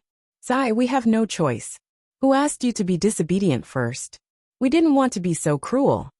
Yes, take this as a lesson for you. Next time, don't sneak out of the sect. As they spoke, they directly pushed the numb Fatty into the blood array. Then, they activated the wind blades, leaving deep wounds on his body that revealed his bones. For a moment, there was dead silence. Do you need more evidence? Lone Moon asked in return. These images were recorded after he saved Fatty, using the Divine Race's backtracking technique. For this, he specially went back to Divine Imperial Sect secretly. He expected that they would definitely be useful in the future. There had to be surveillance footage or something. It was just that this spell had a time limit, so he could only see a little, but it was enough. Sun Yu and the others didn't dare to say another word to defend themselves.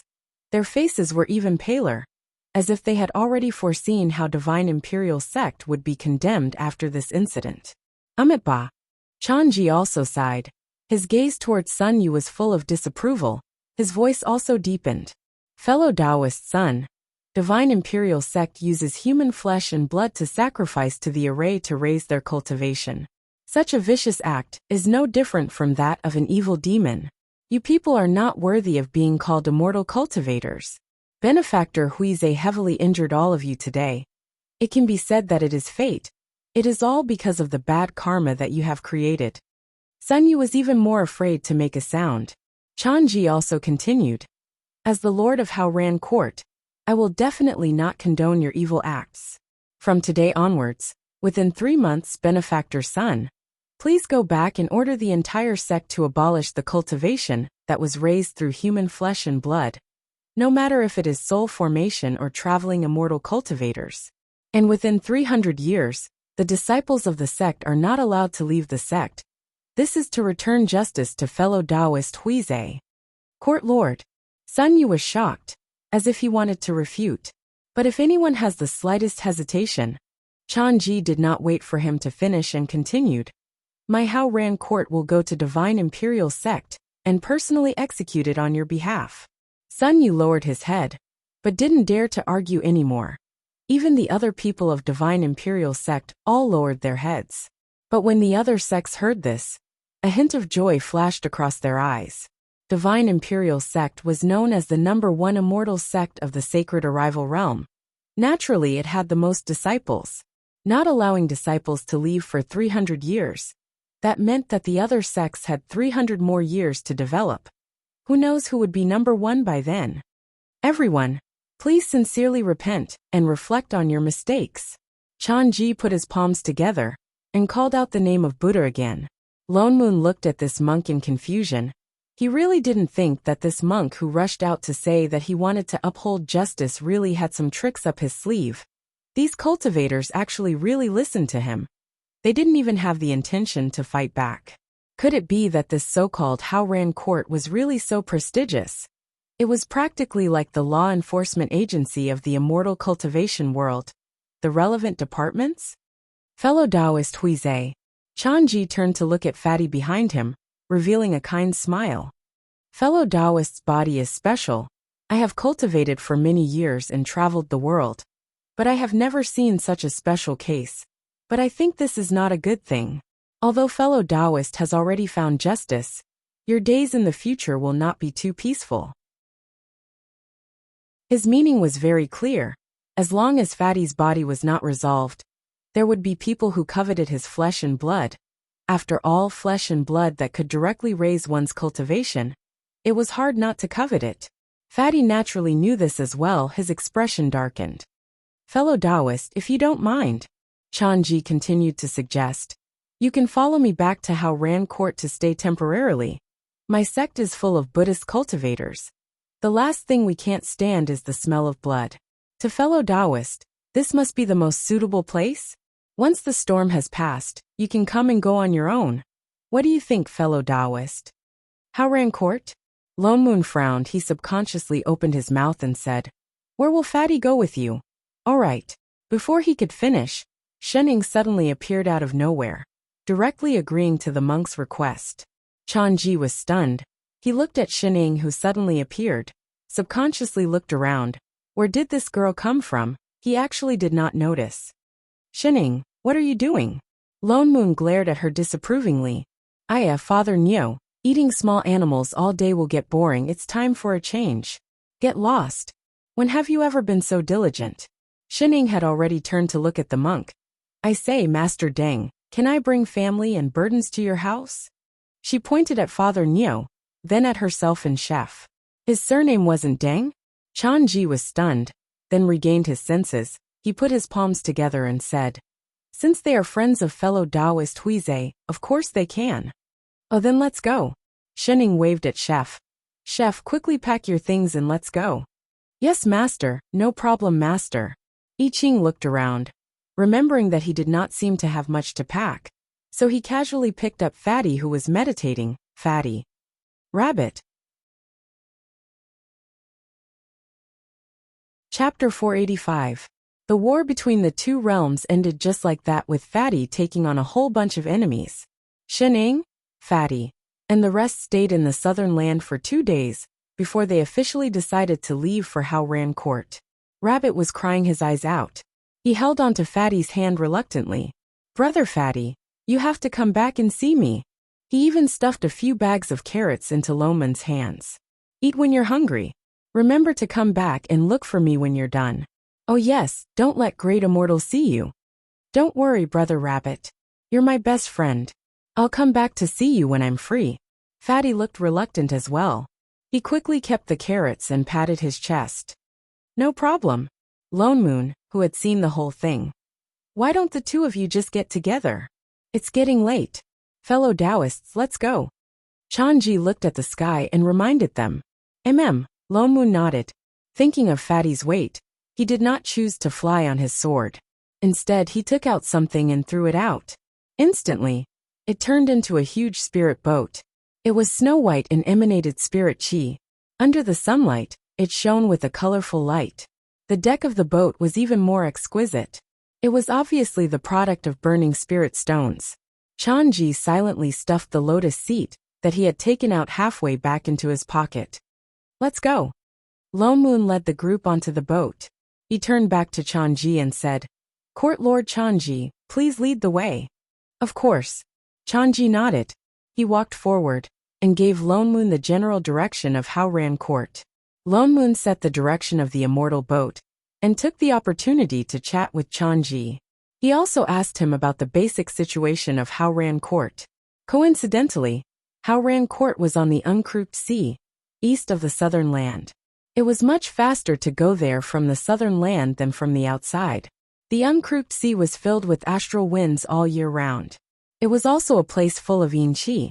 That was why cultivators usually did not enter the uncrouped sea. But How Ran Court was a Buddhist sect. Buddhist cultivation techniques were especially effective against yin and evil things. That was why they were the only sect on the uncrouped sea. They lived far away from the world. It was also because Buddhist cultivators cultivated with merit that their disciples were all highly skilled in Buddhist Dharma. Although their combat ability was not as good as sword cultivators, their merit was different from ordinary cultivators' techniques. The heavenly Tao was extremely stingy with merit. Even if they accumulated it for many lifetimes, they might not be able to accumulate much. One could tell just by looking at Yun Hung previously. He had saved the world several times in a row and saved thousands of living beings. That was why he had so much merit. Moreover, after Song Run was reborn, they were all taken away. It was obvious how difficult it was to cultivate merit. However, merit was very beneficial. The heavenly Tao would be biased towards people with merit, specifically in terms of luck. Moreover, merit could prevent evil from invading, and in the later stages, it was even possible to cultivate the golden body. There was another hidden benefit. If he did a good deed and was sincerely thanked by others, he would gain merit. In other words, it was like giving the person a good person stamp. If someone attacks someone with merit, they would be stained with bad karma, which was not beneficial to their cultivation. Therefore, regardless of whether it was a devil cultivator or an immortal cultivator, they would not easily provoke a Buddhist cultivator. However, from what Chanji said, How Ran Court was different from ordinary Buddhists. They were more nosy, different from other Buddhist cultivators who did not care about worldly affairs, or went deep into the mortal realm to cultivate merit. They even meddled in the affairs of the immortal cultivation world. If there was any injustice, they would intervene. Although they were Buddhist cultivators, the disciples in their sect were not weak. In fact, they had the most soul formation cultivators among all the sections. It was said that they had a patriarch in charge, a perfected immortal who had already cultivated the golden body. However, for the sake of the sect, they had not ascended to the immortal world. It could be considered a very unique sect. In the past, there were people who did not believe in heresy who challenged them. However, after a few times, no other sect dared to challenge them directly. Moreover, they were indeed fair. As time passed, they became the recognized arbitration organization in the entire sacred arrival realm. How Ran Court was not originally called How Ran Court, but Buddha Heart Sect. However, because they were too nosy, everyone looked for them to uphold justice. Therefore, they changed their name to How Ran Court, which meant righteousness. From the looks of it, it was normal for them to stand up for Fatty and go against Divine Imperial Sect. However, Loman's expression darkened. Whether it really was righteousness, it seemed like he could only find out when he went there. "Master." Inside the ship, Chef spoke hesitantly, but his hands did not stop moving as he placed the pastries on the table. Shenning turned to look at him. Chef turned to look outside, at Father Nyo and Chanji who were chatting. "That person is it?" Shenning nodded. Chef's frown deepened. A moment later, as if thinking of something, he sat down at the side after placing the pastries. With a serious expression he said, "Master, there's something I've always wanted to ask you." Shenning grabbed a piece of pastry and stuffed it into her mouth. "What is it?" "Ever since Master woke up from hibernation." He paused and shook his head. "No, I should say after Senior Shun. After Big Sister defeated that invading manager, my power seemed to have changed. I don't know if it's an illusion, but I keep feeling like, you didn't feel wrong." Shenning continued. "You did." "What?" Chef jumped to his feet in shock. Shenning thought for a moment, then continued. This matter is more complicated. I should say that this was the original plan of this plane. Now it's just going back to normal.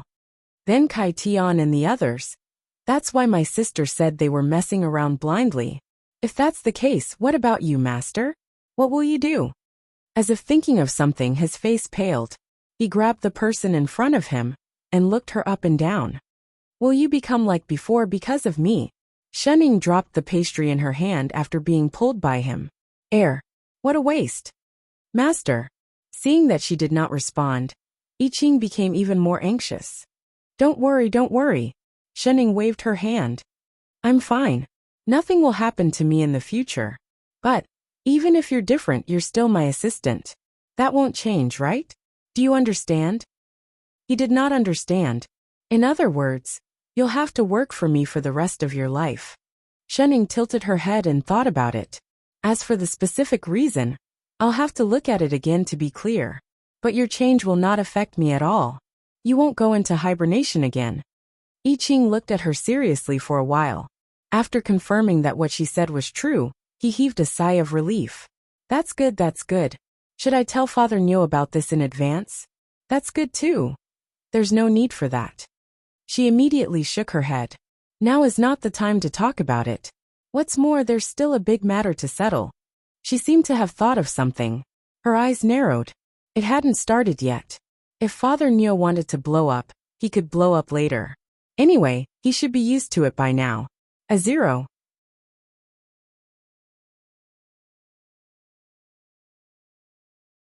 Chapter 486. Yes, Master, no problem, Master. Chef nodded obediently, pretending that he didn't know anything. He turned to look outside, at a certain someone who was still chatting happily with Chanji. Then he glanced at Shenning, who was right in front of him. For some reason he blushed. All of a sudden, he pulled her over and with lightning speed, lowered his head and kissed her on the lips, leaving her in a split second. Then his face turned as red as an exploding tomato. He subconsciously licked his lips. It tasted like osmanthus cake. Master is so sweet indeed. Shenning. Can't you be more serious when kissing? Do you think we're playing house? Che dash. Master, I'm going to cook first. Before she could finish, Chef held his flushed face and turned to run for his life. Because he was in such a hurry, he even tripped over the doorsill. His leg turned, and he directly knocked Fatty, who was coming towards him, to the ground. In the next moment, he immediately got up and turned to leave. Lady Shen, fellow Taoist chef. Fatty, who almost had a nosebleed, sat on the ground, clutching his nose in confusion. Shenning sighed. He had meat to eat, but he insisted on drinking broth. Is he stupid? Ah! Fatty was even more confused. Why did Miss Shen suddenly become so unfathomable? Lone Moon and the others flew for 3 whole days before they passed through the southern land and arrived at the uncrouped sea. Chanji was right. There were strong winds and yin qi all over the sea. Ordinary Dharma artifacts would not be able to pass through. Fellow Taoist Lone Moon. He took out his own lotus seat and was just about to remind everyone of the dangers of the sea. Lone Moon, however, steered the spirit boat into the sea. The moment they entered the uncrouped sea, a transparent protective array rose up around the spirit boat, enveloping the entire immortal boat and blocking the strong winds and yin qi outside. Not even a slight breeze could enter the boat. What did you say? Lone Moon turned to look at Chanji. No, nothing. Chanji silently stuffed his lotus seat back into the lotus seat. He suddenly felt embarrassed for the second time. The spirit boat sailed on the uncrouped sea for another 2 days before they arrived at Haoran Court. From afar, a golden light flashed across the horizon. The originally dark and gloomy uncrouped sea seemed to have been split apart by something. A majestic mountain floated on the surface of the sea. On top of it, there were countless golden palaces that emitted a faint golden light. It was as if a bright lamp had been lit in the middle of the sea. It was exceptionally eye-catching.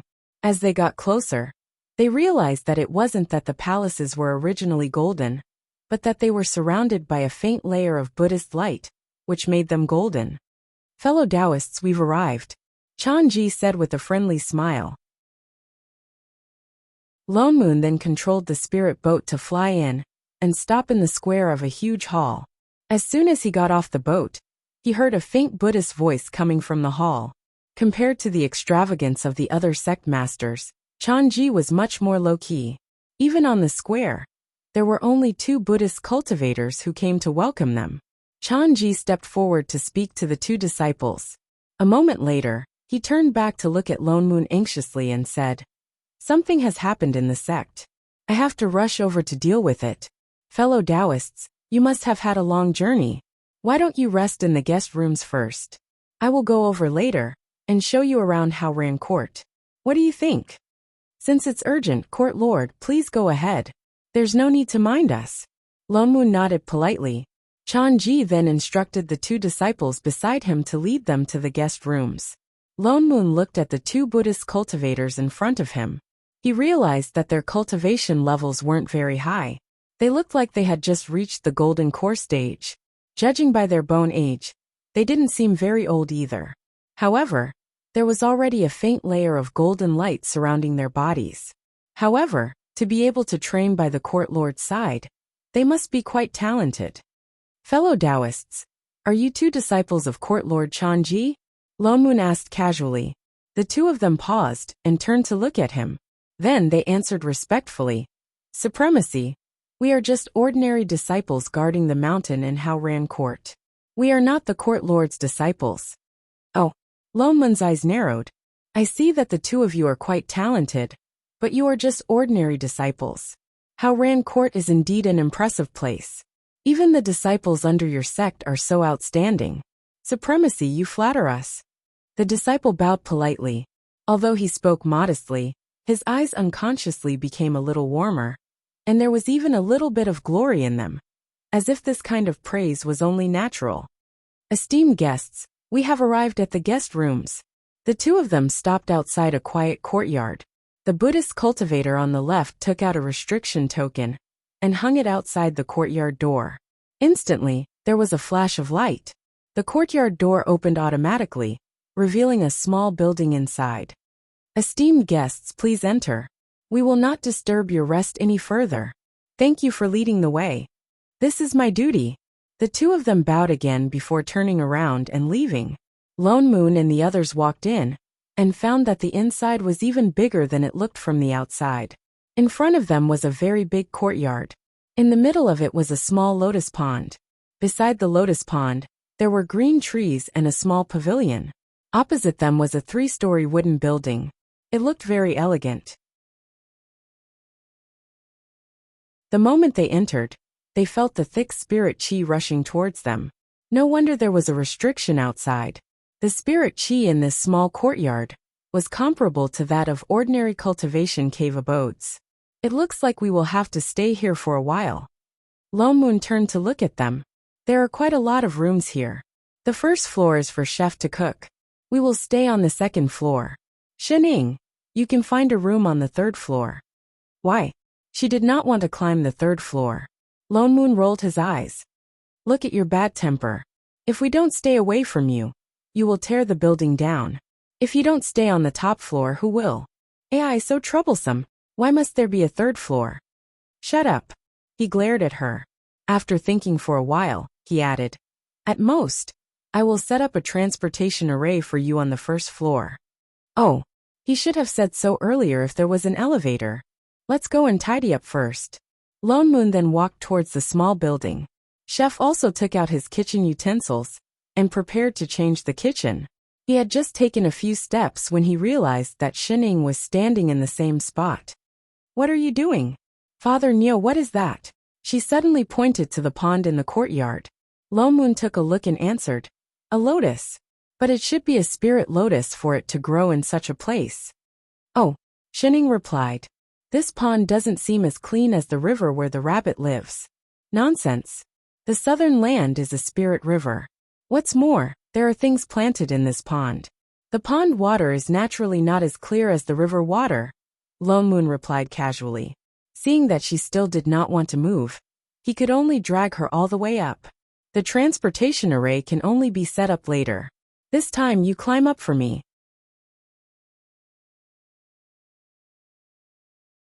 Chapter 487. It had to be said that Hao Ran Court's guest rooms were of high standard.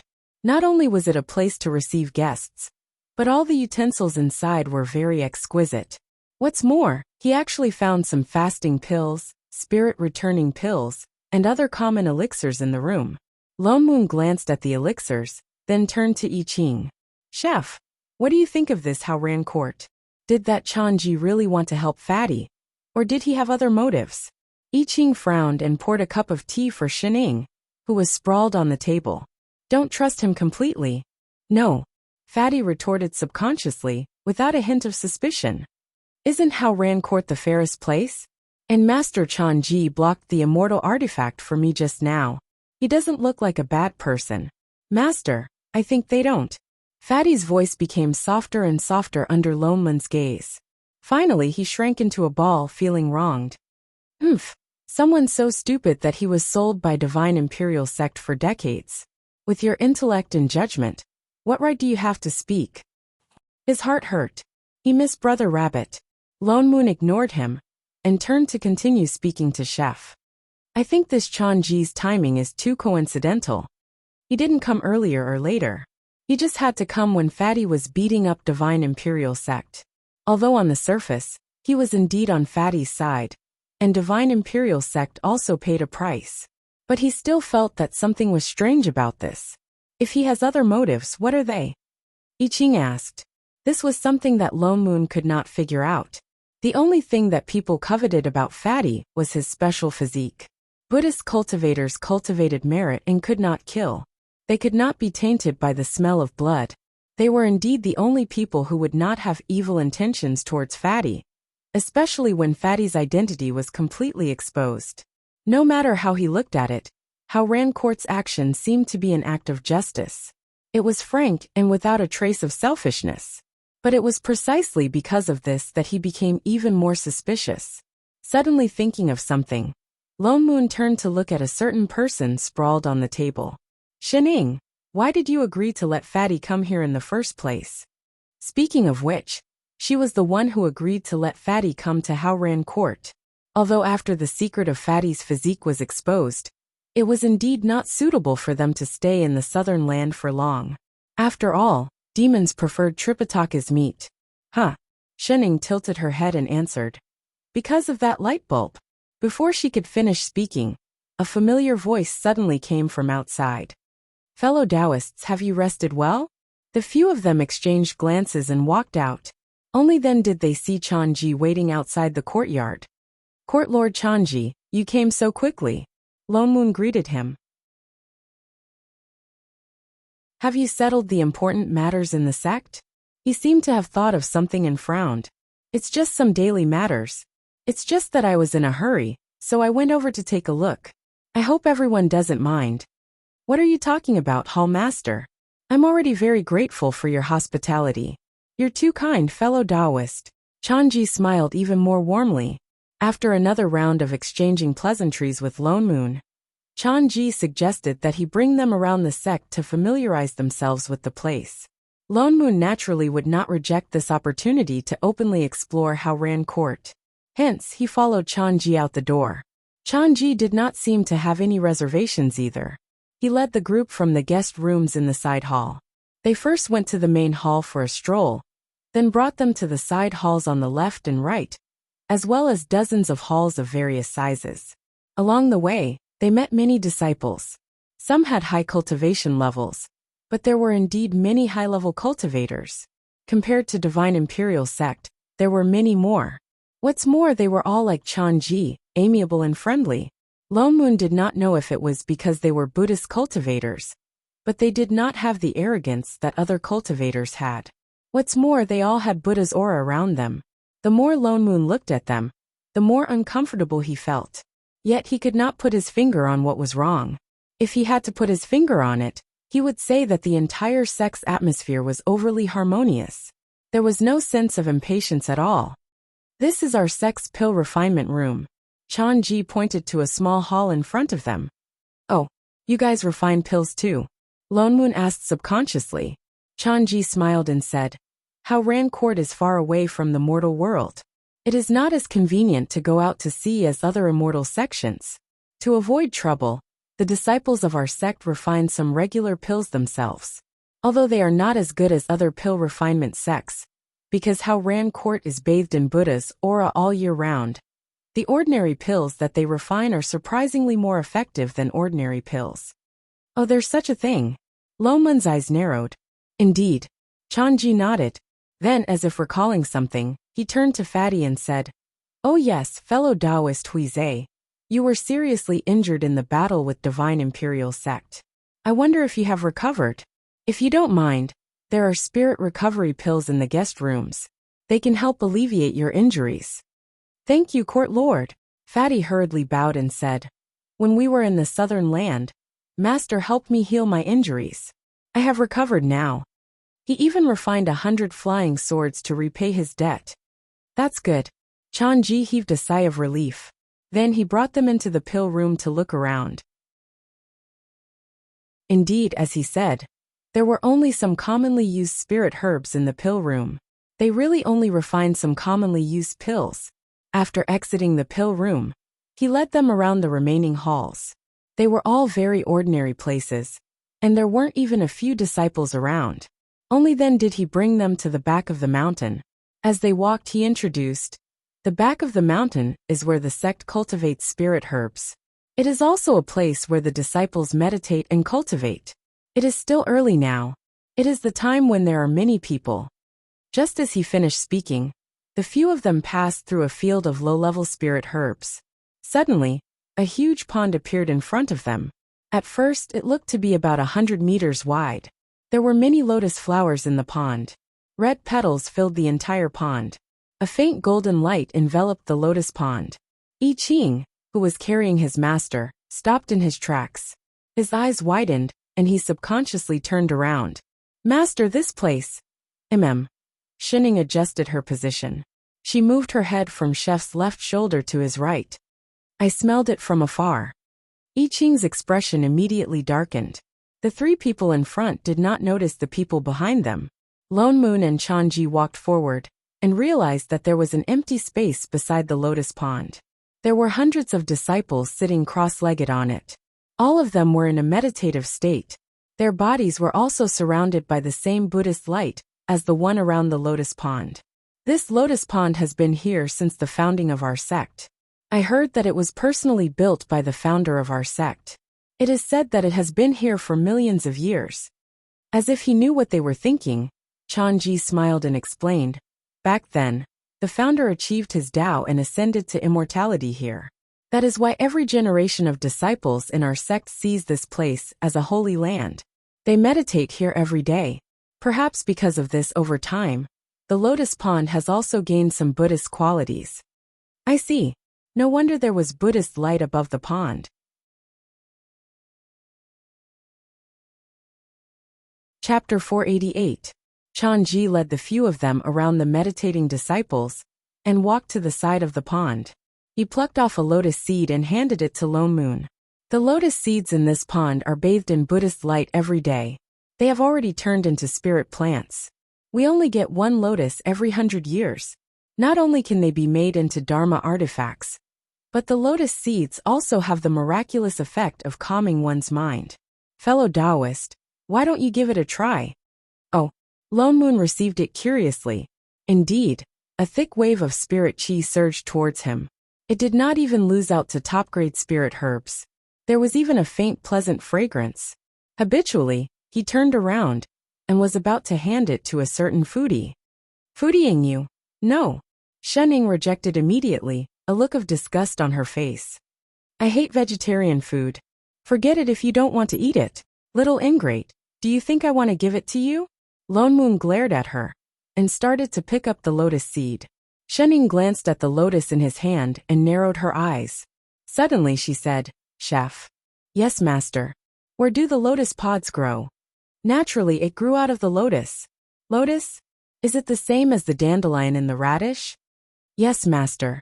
Dandelions also have seeds." "Oh." Lone Moon, who was about to eat a certain image that was not a river crab, flashed across his mind like a bolt of lightning. F***ck. I suddenly don't feel like eating at all. I even feel like vomiting. What's going on? The corner of Loman's mouth twitched as if he had been scalded. He turned around and shoved the lotus seed back into Chanji's hands. Court Lord, this item is very precious. I think it's best that we don't waste it. Then he looked up at the sky and said, Thank you for today, Court Lord. It's getting late, so I won't trouble you any further. We should return to the guest room. After saying that, he turned around and left. As he walked, he swung his right hand, that he had just used to break off the lotus seed. He even made several dirt removal spells in a row, as if he was stained with something dirty, and couldn't wash it clean no matter how hard he tried. Chanji. Fatty. What happened just now? The four of them stayed in Hao Ran Court for a month. Other than Chanji, who would occasionally come to greet him, no one else came to disturb him. Even if he occasionally went out for a stroll, the people he met were extremely polite. Moreover, they could come and go as they pleased, and there was nothing suspicious about them. The entire sect was just like its name, righteous and incomparably calm. Even Lone Moon began to wonder if he was thinking too much. Last time, Chanji said that he wanted those scum from Divine Imperial Sect to cripple their own cultivation within 3 months. Lone Moon decided to stay in the Hao Ran sect for 3 months and see how things turned out. In any case, Fatty's debt had not been repaid. In these 3 months, they could keep an eye on Fatty's weapon refinement, talisman crafting, and so on. Although the spiritual weapons in the lower realm were not worth much, if he ascended in the future, he could still return them. However, for some reason, Fatty's cultivation seemed to be stuck at the late stage of the soul formation stage, even though he had already resolved the knot in his heart. Everything else was normal, but no matter how he tried to circulate his spiritual energy, he was unable to break through. He even suspected that Fatty's cheat had lost its effect. Otherwise, why would it suddenly get stuck? On the other hand, the fat man was not anxious about this at all. In fact, he felt that this was normal, and he said righteously, Master is so amazing, but you still haven't ascended, right? It seems that I still have a long way to go. How do you know that I can't ascend? If he wanted to go to the immortal realm, he could do it any time. Isn't that so? Fatty faltered. Isn't Master unable to ascend because he can't abstain from eating? Who can't abstain from eating? You're the one who can't abstain from eating. Your whole family can't abstain from eating. Double the training for today.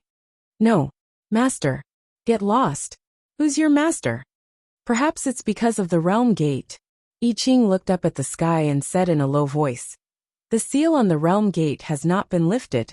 Based on Fatty's strength, even if his cultivation increases, he will not be able to ascend. You mean? Loman's expression darkened. Before the nomological power recovers, Fatty can't ascend? Yes. I Ching nodded. Shit. Lone Moon frowned. Then how long were they going to stay in this small world? Perhaps. I Ching turned to look at the lotus pond outside and said, It will be resolved very soon. What? Lone Moon faltered and was about to ask. All of a sudden, the ground began to tremble, and a huge boom rang out. The righteous noble sect seemed to be under attack, and its grand spell formation activated.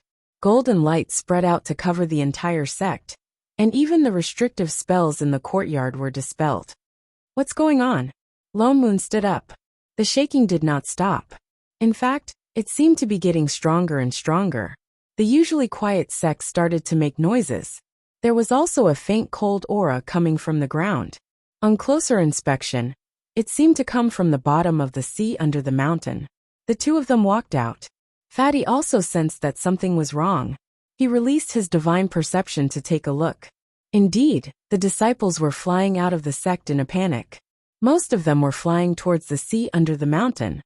There's something at the bottom of the mountain, I Ching said with certainty. Lone Moon frowned. Just as he was about to ask for more details, a disciple rushed over and bowed to them. Seniors, the court master has ordered that something big has happened in the sect. It is not convenient for you to stay any longer. Please follow me down the mountain and leave the uncrouped sea. What exactly happened? Lone Moon frowned. Why did Chanji suddenly ask them to leave? The disciple looked troubled. I am only following the orders of the sect master to bring you down the mountain. I am not sure about anything else. Now that the protective mountain array has been activated, we can only go down the mountain through the array at the back. Time is of the essence. It will be too late if we are late. Please follow me quickly, seniors. Lone Moon exchanged a look with Chef. Does it have anything to do with the thing at the bottom of the mountain? Senior. The disciple's face paled. He looked even more panicked. I don't know either. It's all right. Bring us directly to your court, master, Lone Moon said in a low voice. Given the situation now, something big must have happened. Maybe we can help. The disciple looked up at him. He hesitated for a moment before nodding. All right. Everyone, please follow me. Lone Moon was about to follow on his sword when he suddenly paused. Wait, where's Shening? Bring her along. Otherwise he would lose another one. I Ching nodded. He returned to the house and pulled Shening, who was still chewing on a fruit. Together with Fatty, they flew out with the disciple. Indeed, Chanji was right at the bottom of Haoran Court. He was standing on the surface of the sea. Beside him were tens of soul formation cultivators. One of them had immortal chi about him. Upon closer inspection, Lone Moon realized that he was already an earth immortal. He was just suppressing his cultivation.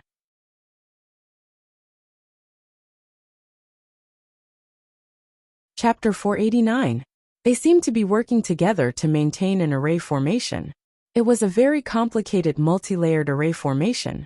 Lone Moon looked at it for a long time before he recognized that it was a large-scale seal. However, the array formation was not very strong, and it seemed to be on the verge of breaking. There was also a trace of cold aura that was constantly seeping out of it. They were working together to suppress the array formation, as if to prevent the thing inside from escaping. However, it was obvious that they were not strong enough. The cold aura seeped out of the array formation more and more. The thing inside was hitting the array formation again and again. Every time it hit, the entire Haoran sect shook. Lone Moon frowned and turned to the person beside him. Fatty, go and help them. Yes, master. Fatty immediately rushed over, as if he could not wait any longer. He was good at array formations. Naturally, he knew where to start. He found a direction and conjured a seal to set up the array. He channeled his spirit energy into the array and worked with the others to complete it. Why are you? Chanji looked surprised. He glanced at Fatty, then turned to look at Lone Moon and the other two. Focus on setting up the array. Lone Moon reminded him. The array formation is not complete yet. Chanji finally reacted. He hurriedly turned to look at the array formation. With Fatty's help, the pressure on everyone lessened. The cold aura seeping out of the array formation also gradually disappeared. In less than half an hour, the clashing of the array formation slowly stopped. The sea also became calm again. The light of the array formation slowly dimmed. Thank you for your help, fellow Taoist. Chanji nodded at Fatty, then looked at Lone Moon and the others. It was nothing. Don't stand on ceremony, Court Lord. Fatty smiled and replied. May I ask, Court Lord, what is sealed in this array formation? Lone Moon looked at the location of the seal and asked. Everyone here is a soul formation cultivator. Why does it require all of you to work together to barely seal it? This. Chanji's expression changed. He seemed to be hesitating. It's a ferocious beast. An old man behind him answered. It was the Earth Immortal. Patriarch. There's no harm in telling them. The old man waved his hand and stopped Chanji from objecting. These few don't look like evil people. Perhaps they might be able to help us if we tell them. Fellow Taoist, you are? Lone Moon glanced at the elder. An Earth Immortal could actually stay in the lower realm for such a long time without ascending. Furthermore, he was not an itinerant immortal who had disintegrated. This was indeed rare. This is the ancestor of my sect, Exalted Immortal Jingda, Chanji introduced. So it's fellow Taoist Jingda. Lone Moon cupped his fists politely and replied subconsciously. However, the expressions of the other cultivators present changed.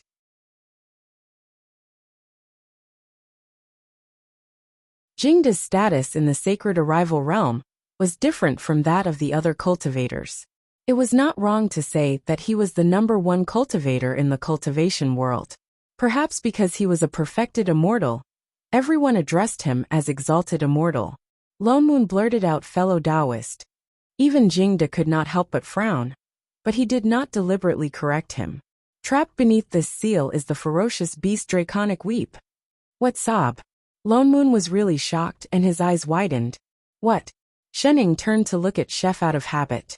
I Ching lowered his head and explained. Master, the weeping sorcerer is an ancient ferocious beast. It appeared in this plane at the same time as the dragons and phoenixes. Its power is not inferior to the divine race. But ferocious beasts are different from the divine race. Ferocious beasts do not have sentience, and they are born to kill. In the ancient times, the divine race fought with the ferocious beasts and killed all the ferocious beasts. Logically speaking, there should be no more ancient ferocious beasts in this world. Then what is this weeping beast? It's a weeping sorcerer. I Ching thought for a moment before continuing. Legend has it that the ancient ferocious beast weeping sorcerer uses yin qi as its soul, blood qi as its spirit, and turbid grievous qi as its bones. It has a violent temperament and only knows how to kill. What's more, it likes to eat flesh and blood. As long as it is alive, it will eat it. I see. Shen Ying's eyes narrowed. Lone Moon's expression darkened. Why would an ancient ferocious beast appear in the mortal world? Even if it appeared, it should have appeared in the divine world, right? After all, it was at the same time. I'm not very sure about that either. Chanji sighed and said, Years ago, when the ancestral master of my sect discovered this weeping sorcerer, he sealed it here and established the Buddha Heart sect, which is now the Haoran court. He wanted to use the Buddha light in the sect to purify this ferocious beast's yin qi. He seemed to have thought of something and shook his head. Unfortunately, after so many years, this ferocious beast has not been dealt with. In fact, it has become even more ferocious. Now, even the seal that the ancestral master left behind can no longer suppress it. Just sealing it here is not the solution. Once the ancient ferocious beast appeared, no mortal cultivator would be able to stop it no matter how many of them there were. No, it should be said that even in the immortal world, it would not be easy to subdue it. Sigh. How would we not know that the seal is only temporarily keeping it here, so that it cannot go out and harm people? Chanji looked helpless. He raised his head to look at Lone Moon, and something flashed across his eyes. Then it quickly disappeared. But apart from this, there is no other way. Lone Moon frowned. Of course there were other ways, but the most effective way was for him or Chef to deal with it directly. Dealing with this ferocious beast was not a problem. The problem was where this ferocious beast came from. Why would a creature that was already extinct in the divine world appear here? It's just that the power of the seal is getting weaker and weaker, while the ferocious beast is getting stronger and stronger. What's more, this is already the third time in recent times. It wants to break through the seal. It looks like the seal will be completely broken soon, unless... Chanji seemed to have thought of something, and immediately shook his head, his expression troubled. A moment later, he turned to the few of them and said, Fellow Taoists, at the end of the day, this is a matter for the Haoran court. It has nothing to do with you. It's no longer safe here. Everyone, please leave as soon as possible. Lone Moon's expression darkened. Before he could speak, Fatty beside him spoke up in a righteous tone. Now is such a critical time. How can we stay out of this? If we really let the ancient ferocious beast out, all living beings will be killed. No one will be able to escape. What's more, we are not cowards who are afraid of death. Isn't that right, Master? Once he finished speaking, he looked at Lone Moon with a righteous expression. Haha. Lone Moon rolled his eyes at him. Then you go and deal with the ferocious beast. You're talking as if you can do it. Fatty immediately lowered his head timidly. Lone Moon could not be bothered with this hot-blooded young man. He turned to Chanji and said, Court Lord, what you're saying is that there are other ways to stop the ferocious beast from coming out? There were ways in the past, but... Chanji looked at him, the light in his eyes flickering. He looked like he wanted to say something but was hesitating. A moment later, he gritted his teeth and said, The array that seals the ferocious beast was created by the founding master of our sect. The method of setting up the array has been passed down from generation to generation. Naturally, we've learned all of it. Now that the ferocious beast has broken the seal, the most effective way is to reseal it. How do we reseal it? Lone Moon asked.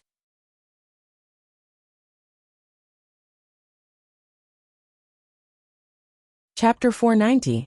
This seal requires 24 cultivators, who are at least at the soul formation stage, to set up different arrays at the same time. Our sect originally had 24 soul formation cultivators, but Chanji pointed at the cultivators around him and continued. A few months ago, one of our cultivators died, causing a gap in the array. Although Patriarch Jingda can patch it up, there will be a gap when the new seal replaces the old one.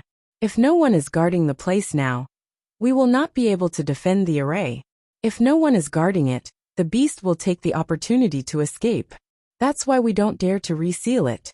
So, Loman's expression darkened. You want us to guard you when you reseal it? I know that's a little too much. Chanji sighed. Chanji sighed and said, the ancient beast is really too dangerous.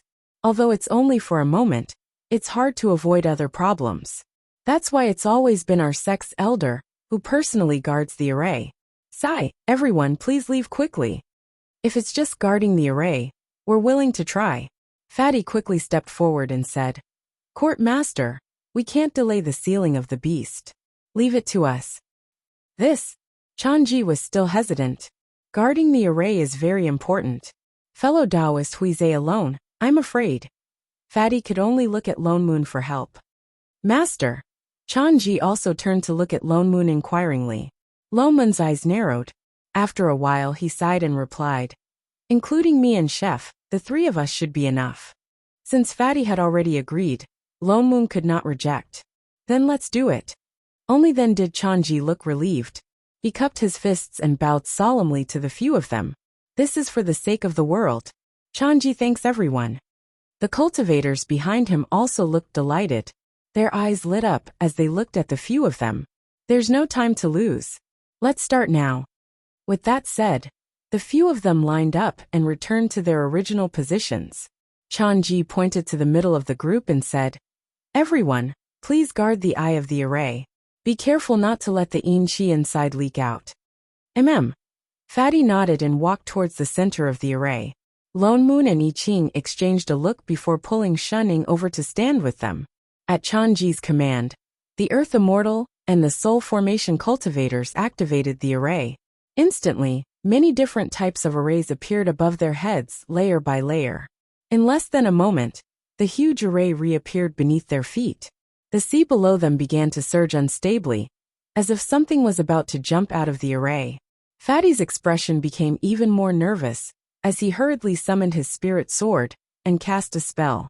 He kept a close eye on his feet, so that he could discover the yin qi of the ferocious beast at the first instance, and stop it in time.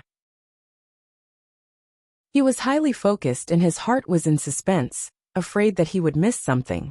However, when he unintentionally turned to look, he discovered that the three people beside him were standing leisurely, as if this matter had nothing to do with them.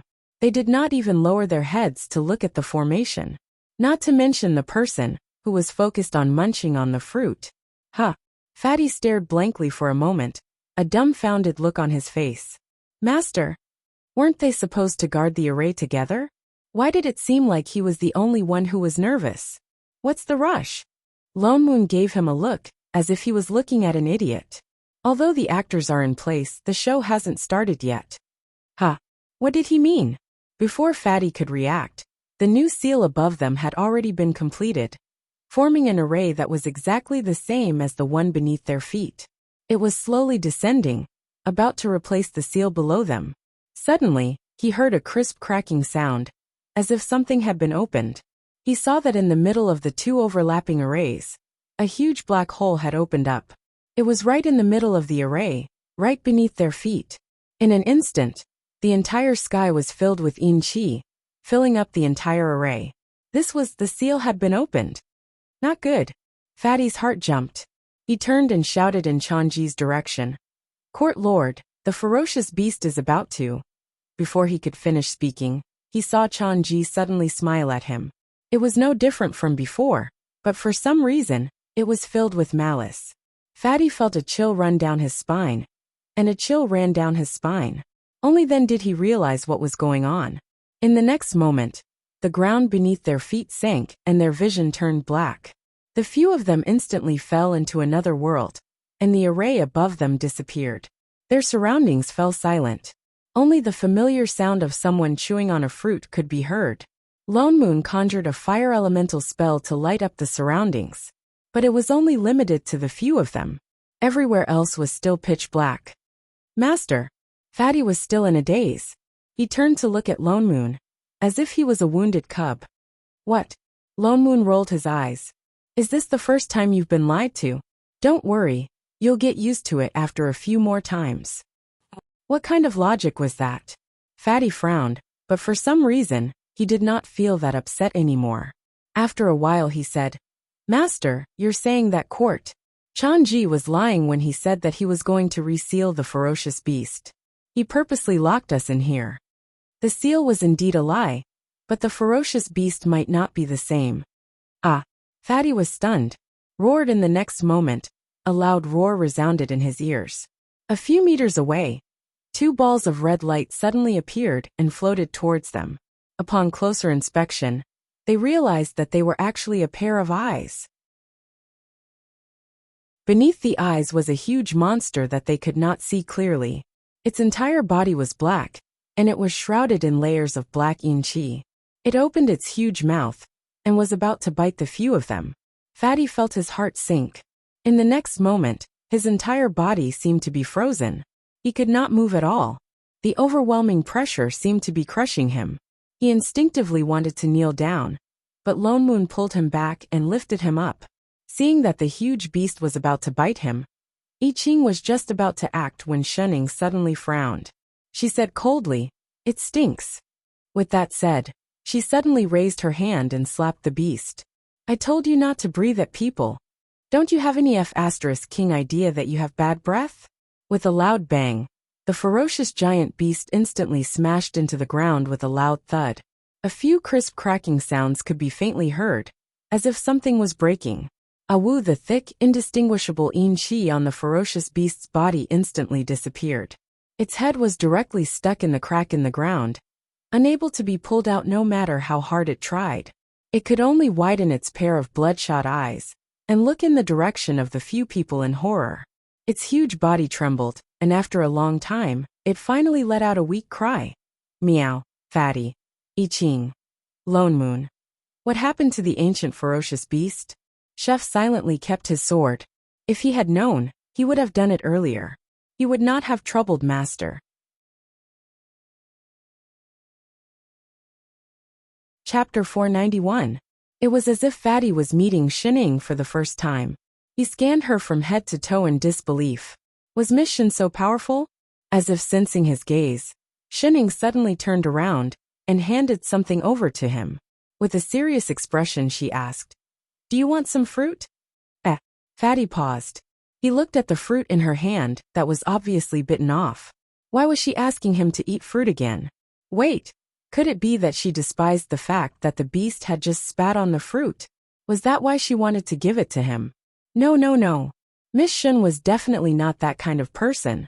She must have seen that he was frightened, so she gave it to him to calm him down. She only gave him half of it because there was only one left. That must be it. No need. Thank you, Miss Shen. Fatty shook his head. Oh. Shenning retracted her hand with a look of disappointment. Then she threw it away, took out a new one and continued to chew on it. Fatty. He felt as if he had been stabbed somewhere. It hurt. Where are we? Shenning asked. We should be underwater, Lone Moon replied casually. Then, he took out a pearl, and their surroundings lit up. It was not just the few of them. Everything around them lit up. It was only then that the Fatty discovered that they were indeed at the bottom of the water. They were surrounded by a bubble-like spirit formation. Lone Moon must have set up this array the moment they fell into the water. The bottom of the water was desolate. Apart from a trembling beast, there was nothing else. This place was not big. It was only a few 100 feet away. They could see the end of it at a glance. It looked like a body of water that had been specially created. Lone Moon controlled the barrier and brought the few of them to the bottom of the water. They looked around, but did not find anything special.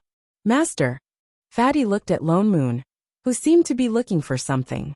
He could not help but ask, "When did you find out that Chanji was lying to us?" Looking at how calm they were just now, it was obvious that they knew Chanji's motive, and came here on purpose. Lone Moon glanced at him and replied, "From the moment they told me that the beast in the seal was the sorrowful beast. Wasn't that right from the beginning?" Chanji acted like he did not want to implicate us, yet he did not hide the fact that the beast was sealed. Lone Moon snorted. He said he would send us away, yet he made it so clear about the seal. Isn't he obviously trying to drag us down with him? Even the disciple who said he would bring them down the mountain was brought here after Lone Moon had said a few words. It was obvious that it had been arranged from the very beginning. Did they think that he couldn't see through this trick of loosening the reins only to grasp them better? He kept saying that the seal was unstable a few months ago, but we only arrived at Howran Court a month ago. If he really didn't want to implicate us, why did he suggest for us to come here? Chanji to the sorrowful, Chan Long as he said, Chan Chanji and Dao. Time as he Chan Xiao and time as well. Time as tu. Sorrowful beast could destroy a small world. But this did not include the sorrowful beast. Chef had told him that the sorrowful beast was an earth beast. Earth beasts were connected to the earth veins of their habitat. Earth beasts could not leave their habitat. In other words, the sorrowful beast was a shut-in beast. Unless it was in danger, it would not come out. Others might not know about this, but Chef, who had inherited the divine heritage, knew it very well. This way, it was obvious that they were talking about the seal array. They were trying to lure them into the array. But I have no enmity with Howran Court. Why would they do this? Fatty still could not understand. Lone Moon scanned him from head to toe. What else could it be?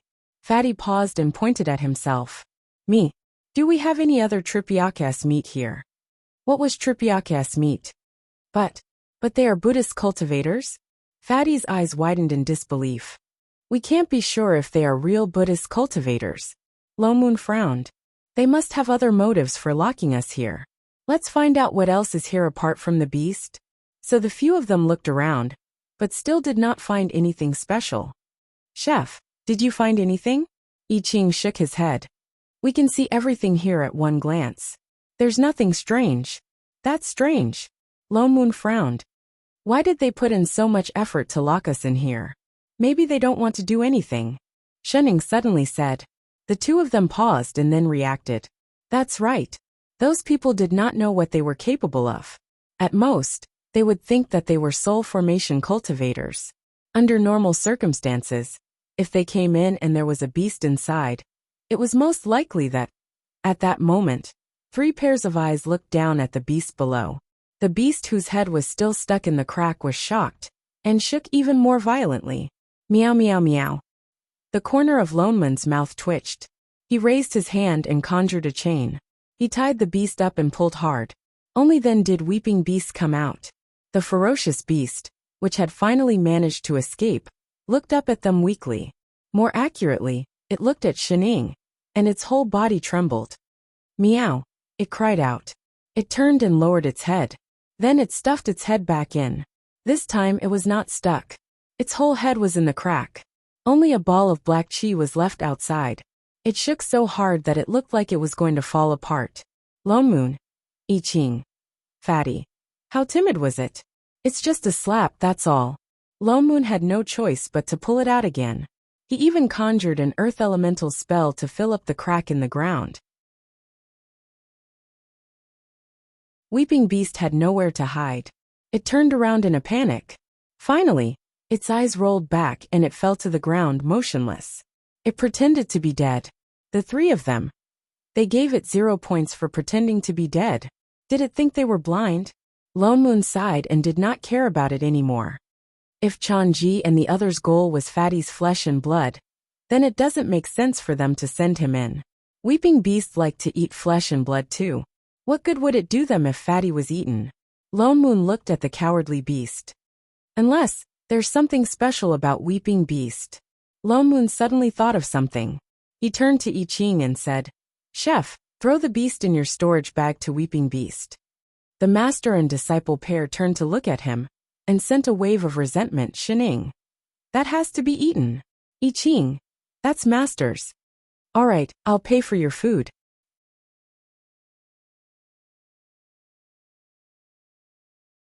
Chapter 492. I Ching glanced at Shining, then hesitantly opened his storage bag. After searching around for a long time, he finally took out a fish that weighed more than 10 kilograms and handed it over. Here. This was the smallest he had. Lone Moon turned and threw it at the beast below. Perhaps it was too afraid. Sichi did not move at all. It continued to lie on the ground, pretending to be dead. Chef, bring Shining further away, Lone Moon said. Only then did I Ching conjure a seal to create a bubble circle. He brought his master along and swam further away. After a while, Sichi finally moved. A small part of its body, which was made up of black yin chi, carefully moved towards the fish beside it, as if to make sure that no one was stopping it. Only then did he straighten his body and pounce towards the fish with lightning speed. The black aura on its body dispersed and wrapped around the fish. Not long after, he spat out another complete fish bone from his mouth. Lone Moon paused. It doesn't eat bones. By right, this beast, which was made up of yin chi, should be able to digest anything.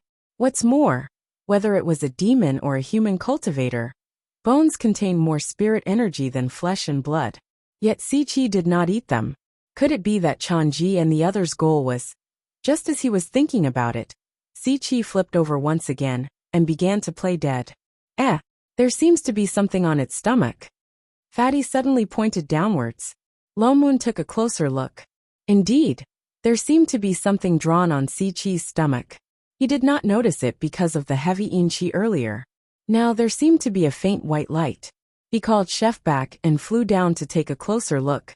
This is an array formation. Between the heavy black chi, there was indeed an array formation.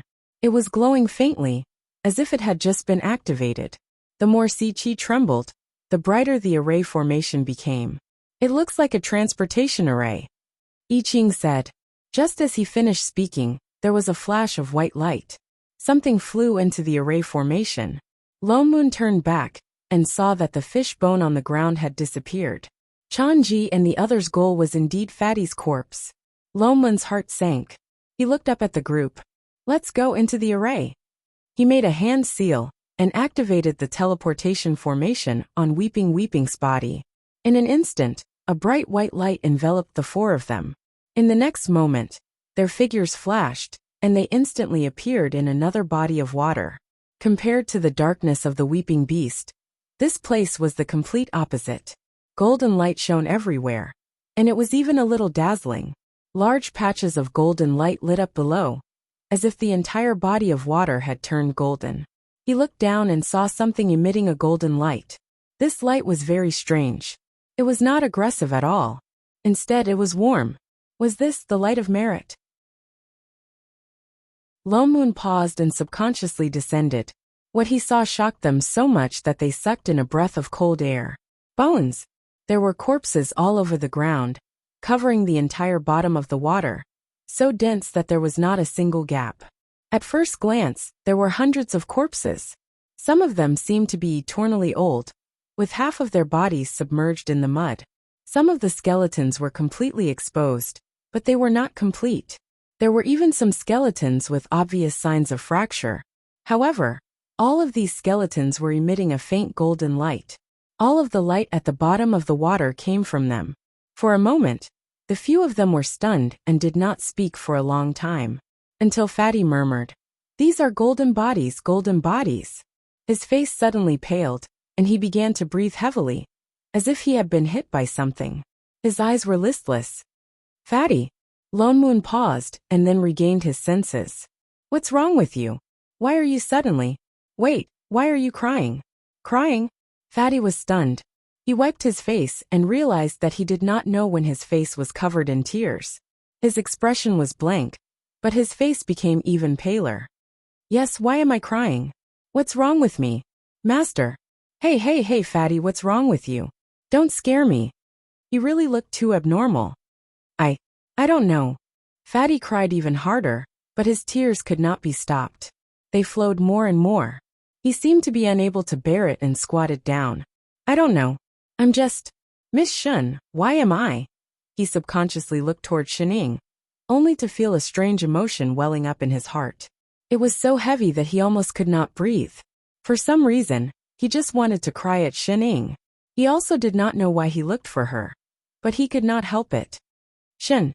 Miss Shun, He looked like he wanted to say something, but could not say it. Shining looked straight at him, her eyes darkening. Suddenly, she reached out and touched the top of his head. I already know.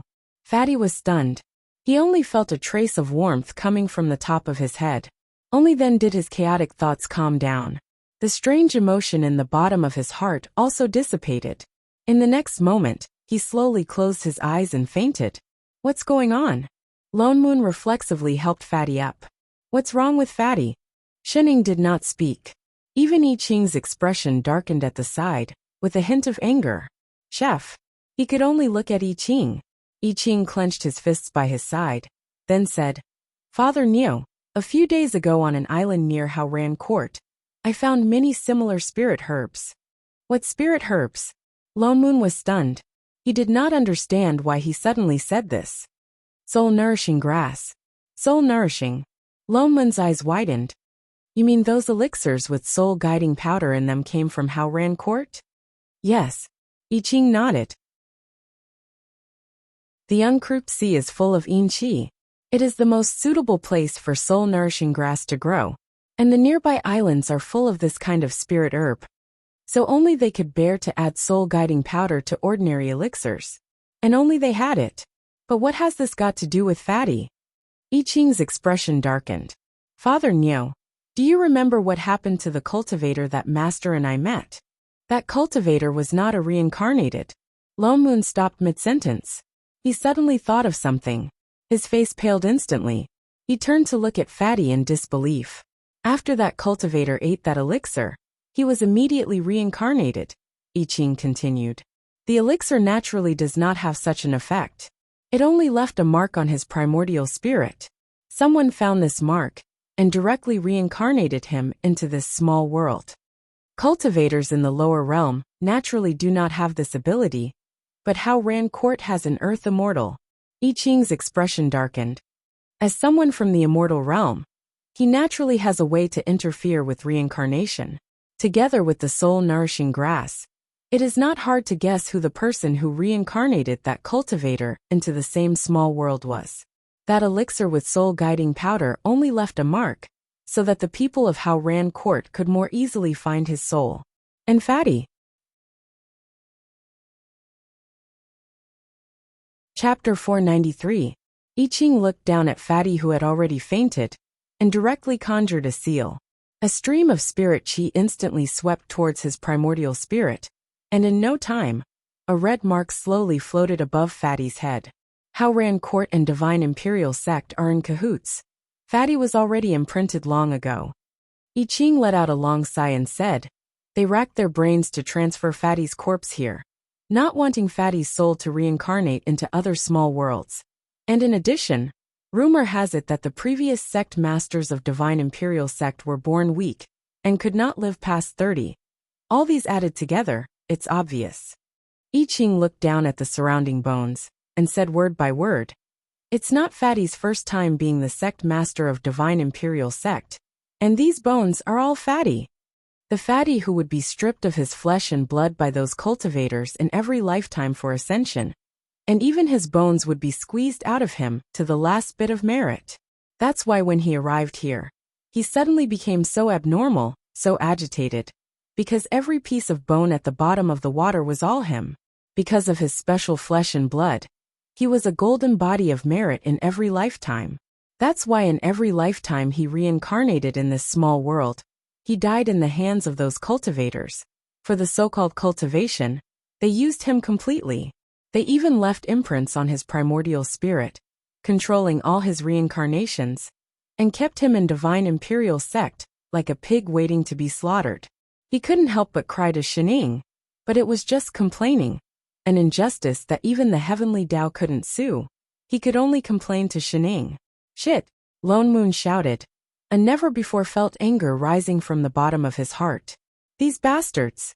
Instantly, the sword chi on his body burst out uncontrollably, sweeping towards the entire bottom of the water like a sharp blade. And in an instant, all the bones on the ground were turned into ashes. The soaring sword chi broke out of the water, and the water that was originally more than 10 meters deep instantly evaporated. Lone Moon's figure flashed, and he was already flying up into the sky. I Ching subconsciously summoned his sword, wanting to follow and help. Chef, Shenning suddenly tugged at him. When adults do things, we children shouldn't interfere. With that said, she pointed to the person at her feet. Take Fatty, we'll just watch. If you leave, no one will carry Fatty. Yes, master. I Ching sheathed his sword without hesitation. He picked up Fatty, who weighed more than 150 kilograms, and directly flew out of the completely dry water. When they flew up, they found out that they were in the huge lotus pond at the back mountain of Haoran Court. Sure enough, the thick stench of blood and killing intent he smelled in this place was not wrong at all. Speaking of which, it was quite ironic. A group of Buddhist cultivators, who focused on cultivating merit, actually all had their cultivation base from the corpses of those who died wrongfully in this pool. The commotion here naturally alerted the people of Haoran Court. In less than 10 breaths' time, Chanji led the group of cultivators out. When he saw Lone Moon in the sky, he was shocked and his face was filled with disbelief. You, how could you? Chanji's eyes widened. That's impossible. Humph. Lone Moon sneered. Are you surprised that you didn't get eaten by the beast as you wished? Don't worry, you'll be even more surprised.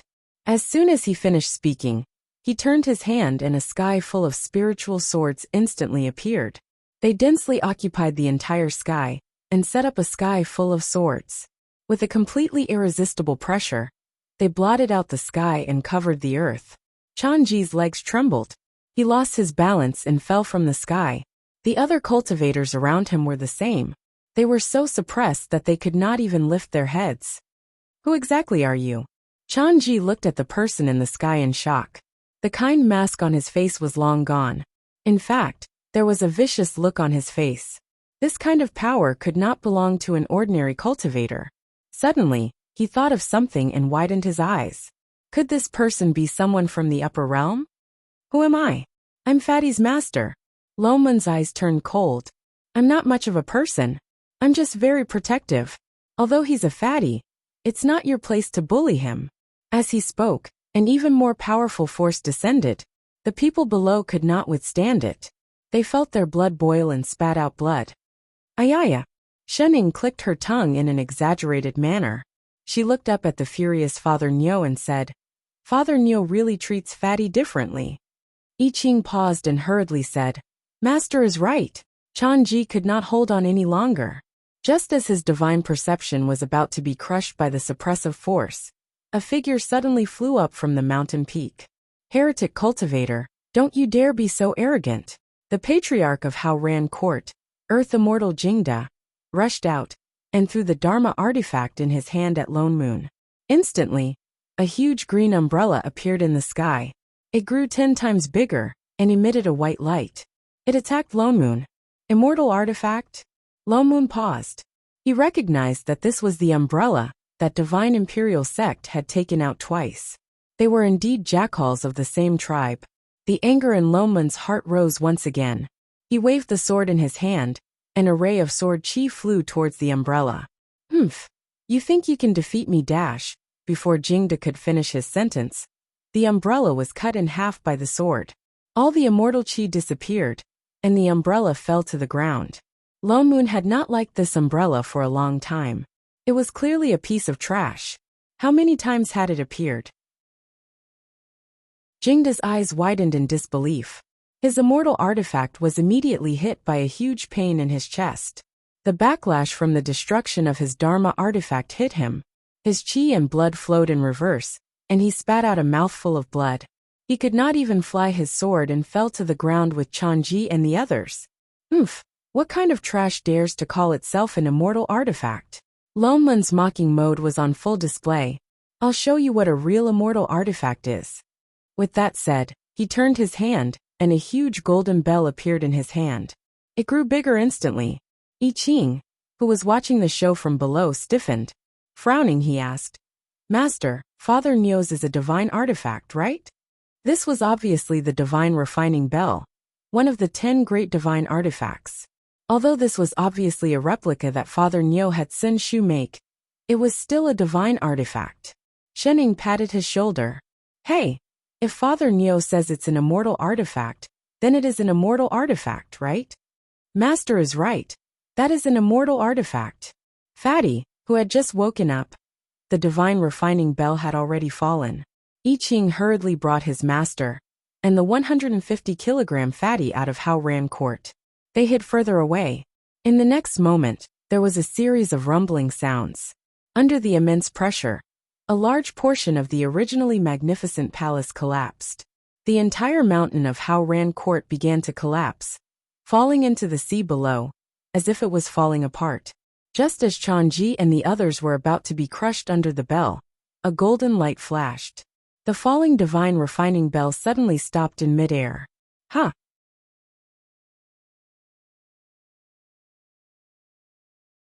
Chapter 494. Lo Moon frowned. He saw that the golden light was coming from the people of Hao Ran Court.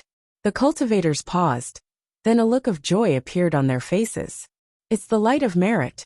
We have merit on us. Heretic cultivator, don't even think about hurting us." Merit?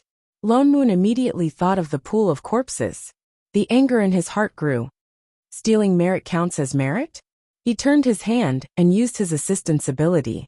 Suddenly, the golden light on everyone's bodies turned into thousands of golden spots that flew into Lone Moon's palm and turned into a golden ball. Lone Moon glanced at it. The golden ball flashed twice and disappeared. He then looked up at a certain spot in the sky. Don't give this kind of thing to people randomly. Suddenly, thunder rumbled in the sky. As if responding to him, there was an inexplicable sense of grievance. And the people below who had lost their merit seemed to have torn off some kind of disguise. Suddenly, ugly black lines started to crawl all over their bodies. This was a sign that they were turning into demons. How? How is this possible? Changji's eyes widened. That person looked like a cultivator. How could he take away their merit so easily? His face was full of fear. He thought of something and shouted to Jingda. "Patriarch, he's from the upper realm. He must be from the upper realm. Quick, get the immortal supremacy." Jingda paused. Then his eyes lit up. He seemed to have reacted. He hurriedly took out a purple talisman and forced himself to inject the last bit of spirit energy into it. He shouted, "I beg the immortal supremacy to descend and protect the disciples of Hao Ran Court." The other disciples followed suit and shouted, "I beg the immortal supremacy to descend and protect the disciples of Hao Ran Court." Lone Moon, who was about to continue activating the divine refining bell, paused. From the looks of it, Fatty's matter had something to do with the immortal realm? With a thought, he kept the bell. All right. He waited to see which bastard from the immortal realm it was. Chef Shining, who was nibbling on a fruit, suddenly said, "Open the realm gate." "Master?" I Ching was confused. "But this realm gate is locked by the heavenly Tao. If we force it open, you can open it now." I Ching paused, then seemed to think of something and nodded. "Yes, master." He raised his head and glanced at the sky. With just a thought, the nomological power that was locking the realm gate up above instantly dispersed, and the realm gate opened. Almost at the instant the realm gate returned to normal, a ray of heavenly light shone down from the sky. It was as if a door had opened up in the sky. The celestial chi that filled the sky immediately surged into this small world. In an instant, even the half-collapsed Hao Ran Court spirit plants began to grow wildly, covering the entire ruins. It's the immortal venerable. The immortal venerable has arrived. A severely injured disciple cried out in surprise. He looked at the light in the sky excitedly, and the fear in his heart was swept away. Even Changji and Jingda looked excited, as if they were about to make a comeback. At the same time, an ethereal voice came from the sky. "Who dares to bully my disciples and grand-disciples?" Loman's eyes narrowed. Suddenly, he felt that he had hit them too lightly just now. He should let them know what it meant to feel fear from the bottom of the cultivation world. The light in the sky grew brighter and brighter. A moment later, a figure with immortal chi appeared in the sky, hidden among the clouds. Accompanied by the heavenly voice, the figure floated down slowly. Lomun's mouth twitched. He was getting impatient from waiting. He could not help but scold. What are you waiting for? If you want to come down, then come down. Why are you playing background music for yourself? With that said, he activated the sword array in the sky and threw it towards the sky. In an instant, the sword array wrapped around the foot that had just appeared in the sky and pulled it down. Aya, the so-called immortal supremacy, in the sky suddenly fell like a kite with a broken string, crashing onto the ground. And you guys? Lone Moon continued to look up at the sky. If you want to come down, then come down together. With that, the sword array in the sky surged into the entrance of the sky. The next moment, the sky seemed to be filled with dumplings. Dong dong dong. One after another, a series of people fell from the sky, crashing into the group of old and weak people in Haoran Court. Some of them could not dodge in time, and were hit squarely. Chanji, Jingda, everyone. What was going on? What just happened? How dare you? Among the immortals who were pulled down for no reason, the one with the highest cultivation level immediately regained his composure. Immortal chi exploded from his body. Who dares to plot against me? Yo, an acquaintance. I didn't expect. Lone Moon flew down and looked at the immortal who had just spoken. Country Emperor Yutsong, long time no see. The person who had come was the Emperor of East Sui, Yutsong, who had gone to Invincible Sect to report that something was wrong in the lower realm. Lone Moon did not expect that he would interfere in Fatty's matter. He suddenly remembered the sudden rise of East Sui in the Bo Sea. Now it seemed that the chaos in the rules of this small world was caused by them. More than half of the cultivators from East Sui, who had ascended from this small world, were probably related to Fatty's many past lives. Young Emperor, Lone Moon. Yutsong paused. His face paled as he recognized the person in front of him. Instinctively, he looked around and found I Ching standing nearby. Celestial Emperor I Ching. How is this possible? The realm gate Did you just open it? Lone Moon's expression darkened. Yutsong, do you think we don't know why the realm gate was closed? Yutsong lowered his head. A hint of panic flashed across his eyes. The people of this small world do not follow the right path. They use the blood and flesh of others as sacrifices to increase their cultivation level. They are delusional enough to hide from the heavens and cause the realm gate to close. Lone Moon scanned the people from Haoran Court, then looked at Yutsong and the others. If I'm not wrong, there are many immortal cultivators from East Sui who used this method to ascend.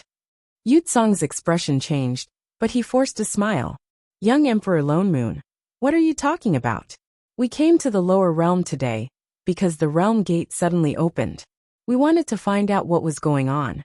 What blood and flesh sacrificed to hide from the heavens? I don't know. Does Country Emperor, you really think that we don't know anything? Did these people ask their own immortal supremacies to open the heavenly gate just now?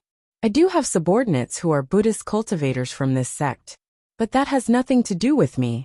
I have no idea what they are doing in the lower realm. Yutsong still refused to admit it. He looked at I Ching in the distance with some fear. Young Emperor Lone Moon, please don't accuse innocent people in front of the Celestial Emperor. Is that so? Lone Moon could not be bothered to talk nonsense with him. He waved his hand, and an unfamiliar yet irresistible suppressive force swept towards them. Yutsong instinctively put up a defensive stance. But the suppressive force was not aggressive. The next moment, the immortal chi on their bodies dissipated. Then, the immortals who had just come to the lower realm emitted a faint golden light of merit. It was the same as the one on Chanji and the others. His heart sank. His face turned pale. How could this be? He had tried his best to get rid of it. How could it appear again? Country Emperor you, may I ask, where did the thick golden light of merit on your body come from? I was a Buddhist cultivator when I was in the lower realm. Yutsong's expression was completely messed up. He braced himself and said, That's right. I changed my cultivation after that. Can't I? Of course you can change your cultivation. Lone Moon laughed coldly. But are the subordinates behind you going to change their cultivation like you? What a coincidence.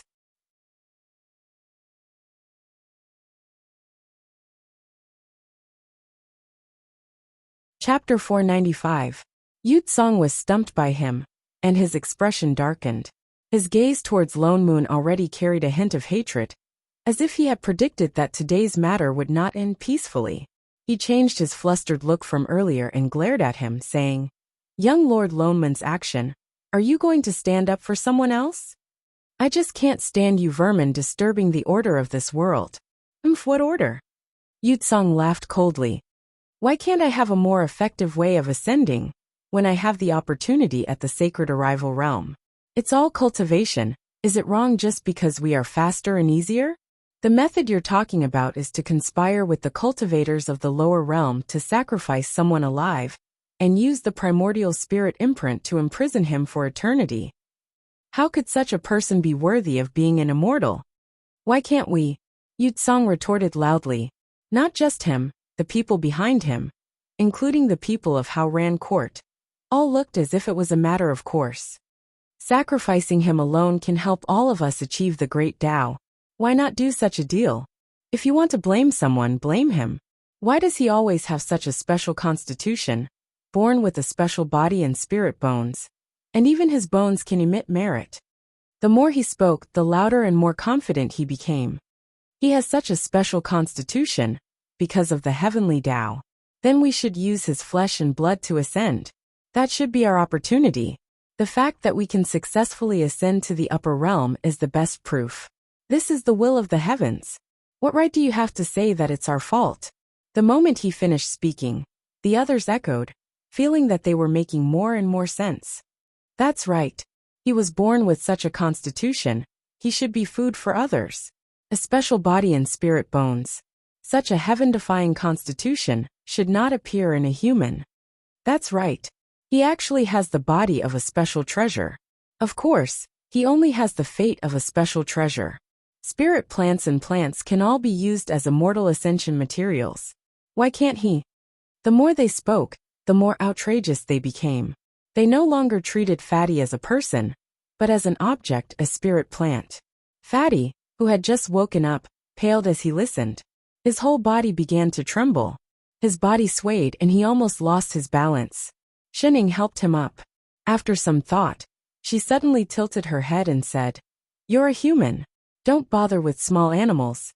Fatty was stunned for a moment, not understanding what she meant. Chef then explained, "What Master means is that those are not fit to be called humans, they are just beasts." Fatty was stunned. A trace of warmth flowed from the bottom of his heart, melting away the chill that had just risen in his heart. In fact, when he saw the corpses in the lotus pond, he had already sensed that they were his. Although he didn't have the memories of his past life, from what they said, he knew how he died. These were clearly high and mighty immortals who had skinned him alive so many times. How could they still be so bold and righteous, criticizing him for having such a body? Why didn't they feel the slightest burden in their hearts? They didn't even feel that it was wrong. But what did he do wrong? Was it because he had a special body? He couldn't help but think that if he hadn't met his master and Miss Shen in this life, he would still have become the material for immortal ascension that they spoke of. He wouldn't even be worthy to be called a person, right? He couldn't figure out why there was such a person in the world. Subconsciously, he moved a few steps behind Shining. Fortunately, there were still people who were different. On the other side, Chef glanced at him and frowned, but didn't stop his actions in the end. Young Emperor Lone Moon, we even passed the heavenly tribulation of ascension. That proves that there is nothing wrong with our method. Yu Song seemed to have found his courage. He even glanced at I Ching in the distance. Something that even the heavenly Tao doesn't care about is. Who said that the heavenly Tao doesn't care? Lone Moon's expression turned cold. He interrupted him directly. Do you really think that the heavenly Tao will be so blind to let you off after the disgusting and immoral things you have done? What do you mean? Yu Song was stunned. A trace of panic flashed across his eyes. But he felt that Lone Moon was bluffing. After all, Celestial Emperor I Ching didn't speak from the beginning to the end. He probably didn't want to interfere with mortal affairs. As long as he didn't come out, and it was just young Emperor Lone Moon alone, he might not be afraid. Didn't you suspect the heavenly Tao? Lone Moon's smile became even colder. This group of people had completely disgusted him. Then I'll let you see what heavenly punishment is. Damn it. If he didn't beat them up until they couldn't take care of themselves, his surname wasn't Niu.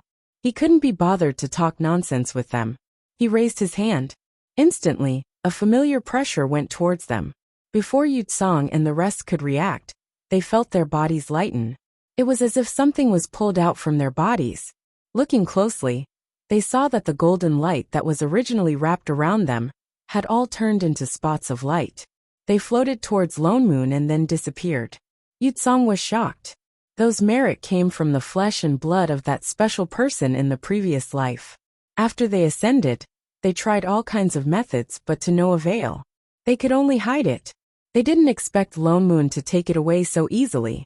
Although merit was useful, in the upper realm, so many of them had the golden light of merit. It was indeed too eye-catching. Now that it was gone, it was to his liking.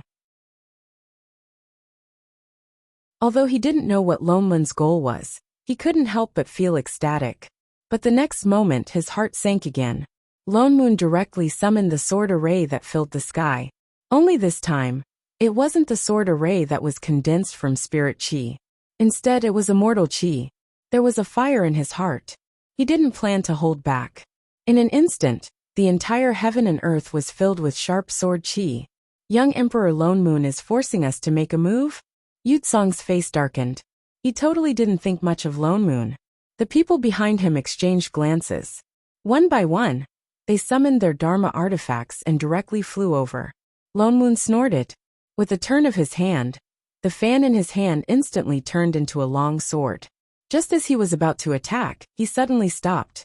What are you doing? He raised his head to look at the sky. What was wrapped around his hand was the power of the rule. At the same time, the surroundings darkened.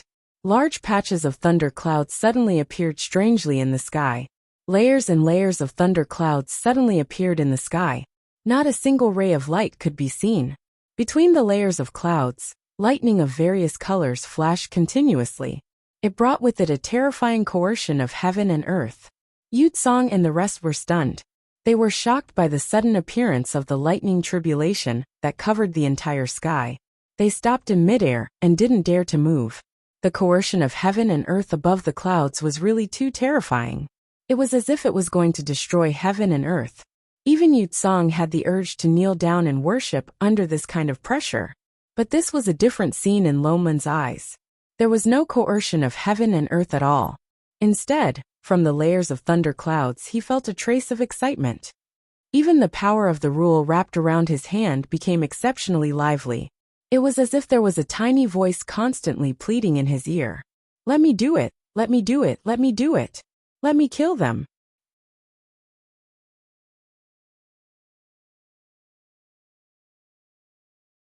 Chapter 496. The corner of Lone Moon's mouth twitched. Alright, the heavenly Tao had tolerated it for a long time.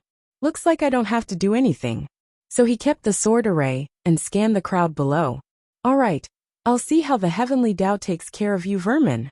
With that said, he turned and flew back in the direction of Shening and the others. He squeezed into Chef's boundary, took out a chair and sat down.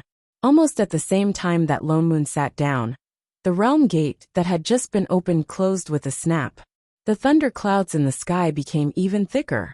This is the heavenly tribulation. Everyone looked incredulous. Why would the heavenly tribulation suddenly appear? None of them had ascended. Moreover, this was the mortal realm. They were people of the immortal realm. Why would the heavenly tribulation of immortals appear in the mortal realm? Unfortunately, such a thing did happen. The thunder clouds were tens of times more severe than any heavenly tribulation. Finally, with a loud boom, tins of lightning of different colors descended from the sky at the same time, striking down on the crowd below. Yu Tsong and the others tried their best to resist, but to no avail. Even the best immortal weapons were shattered by the heavenly tribulation. Just one strike was enough to shatter their meridians and cause their cultivation to regress. Before they could react, the next lightning struck down, as if it couldn't wait any longer. Now they finally understood why Lone Moon wanted to take away their merit. Unfortunately, it was too late. The lightning struck down one after another, as if it would never stop. The thunder in the sky became more and more frequent. At first there were red, purple, white, and all kinds of lightning. Even some that should not have appeared in the heavenly tribulation appeared. The lightning pressure around them was so thick that it was hard to breathe. Slowly, the lightning became smaller. However, it wasn't that the heavenly Tao let these people off. It was purposely reducing the lightning tribulation. Like a soft knife cutting flesh, it struck slowly. Yet because of the first few lightning strikes, Yu Tsang and the others had no strength to resist. They could only let the lightning slowly disperse the little immortal force left in their bodies. Lone Moon's mouth twitched. How much did they hate these people? Even the unconscious heavenly Tao was angered to the point of using such a despicable move. Moreover, this lightning tribulation had been striking for too long. One strike had lasted for several months. At first, they were watching with great interest, but as time went on, they became annoyed. It wasn't until 3 months later that the thunderclouds in the sky slowly dispersed, and the once majestic Haoran court had been flattened. The entire mountain was only left with a small layer of the sea, and it wasn't even as big as the nearby islands.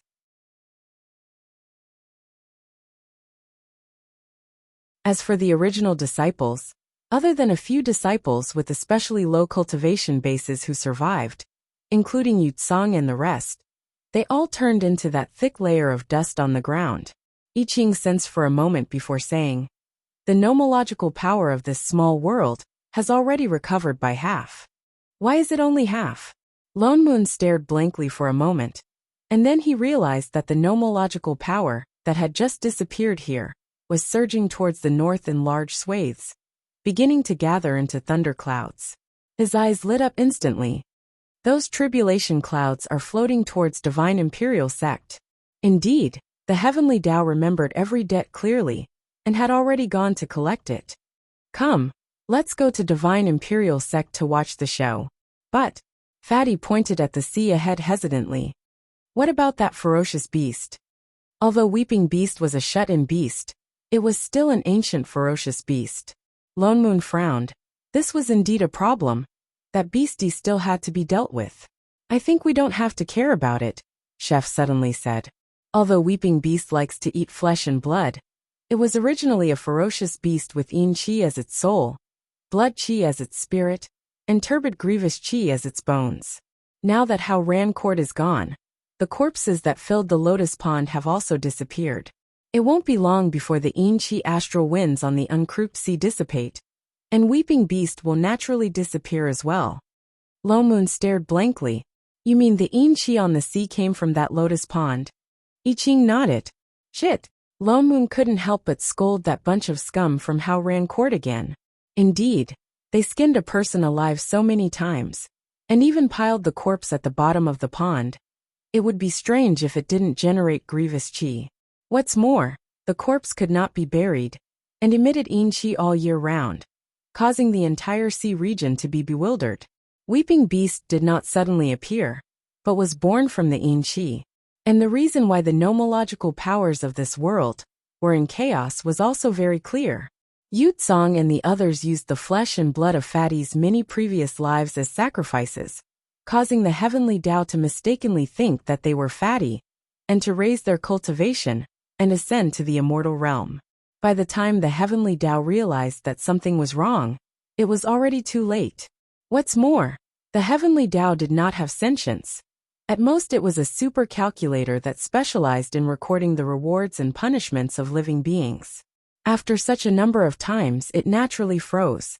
In a situation where there was no other effective solution, it could only directly lock the realm gate to prevent more such situations from happening. It was only when they descended to the immortal realm and took back the merit that did not originally belong to them, and eliminated most of the source of the chaos, that the heavenly Tao then resumed its normal operation. Presumably, After it struck divine imperial sect and the others, the nomological powers of this small world would completely return to normal.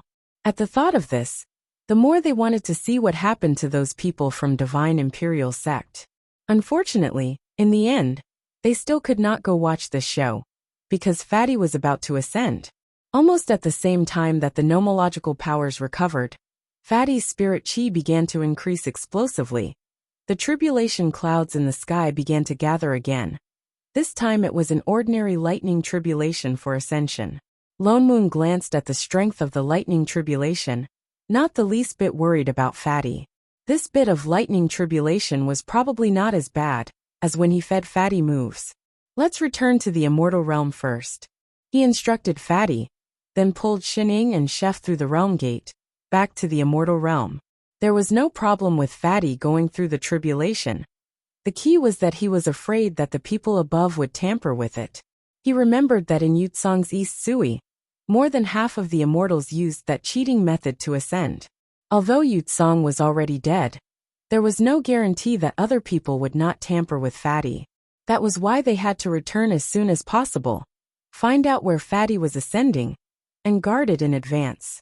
But when the few of them reached the immortal realm, they realized that they had been overthinking. Almost the moment they crossed the realm gate, they heard the familiar sound of thunder. The sky of the immortal realm was dark, and the entire East Sui was covered in tribulation clouds, almost covering every immortal city. The rumbling sound of thunder came down one after another. Even the three people who just came to the immortal realm were almost dragged into it. The corner of Loman's mouth twitched. The heavenly Tao was having fun striking the immortal realm, and now it was casually striking the immortal realm. It seemed like it had no intention of letting these people who cheated to ascend go. Lone Moon sighed. He did not care about the heavenly Tao's large-scale execution site, and pinched his fingers to calculate the location of Fatty's ascension, then brought Xining and Chef in that direction. Indeed, on a flat ground they sensed Fatty's aura. Immortal chi surged all around, already beginning to condense into the shape of an immortal ascension stage. They did not have to wait for long before they saw a beam of light shoot up into the sky.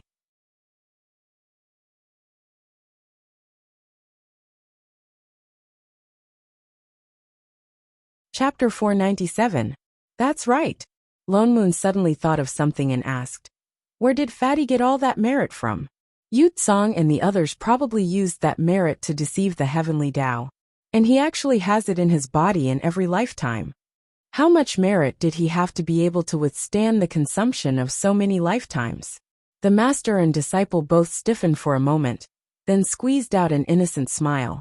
"I don't know, don't mind such details, Father Nyo. Do you want to eat a fruit?"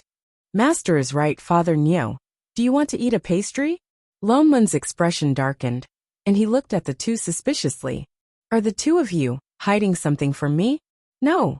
*2*, they said it in unison, resolute and resolute. Ha. There definitely was. He was just about to lose his temper, when the realm gate opened and Fatty's figure slowly rose from below. His immortal bones were already formed. The original spirit chi in his body began to transform into immortal chi. Perhaps because immortal chi was more concentrated than spirit chi, with this transformation, even Fatty's figure began to change. The most obvious change was that the circles of fat on his body disappeared. Fatty, who originally weighed more than 150 kilograms, became thinner at a speed visible to the naked eye. So he really was not growing fat, but spirit chi. Lone Moon sighed and walked forward directly. The welcoming light around him also began to disappear, revealing a figure that had shrunk by half.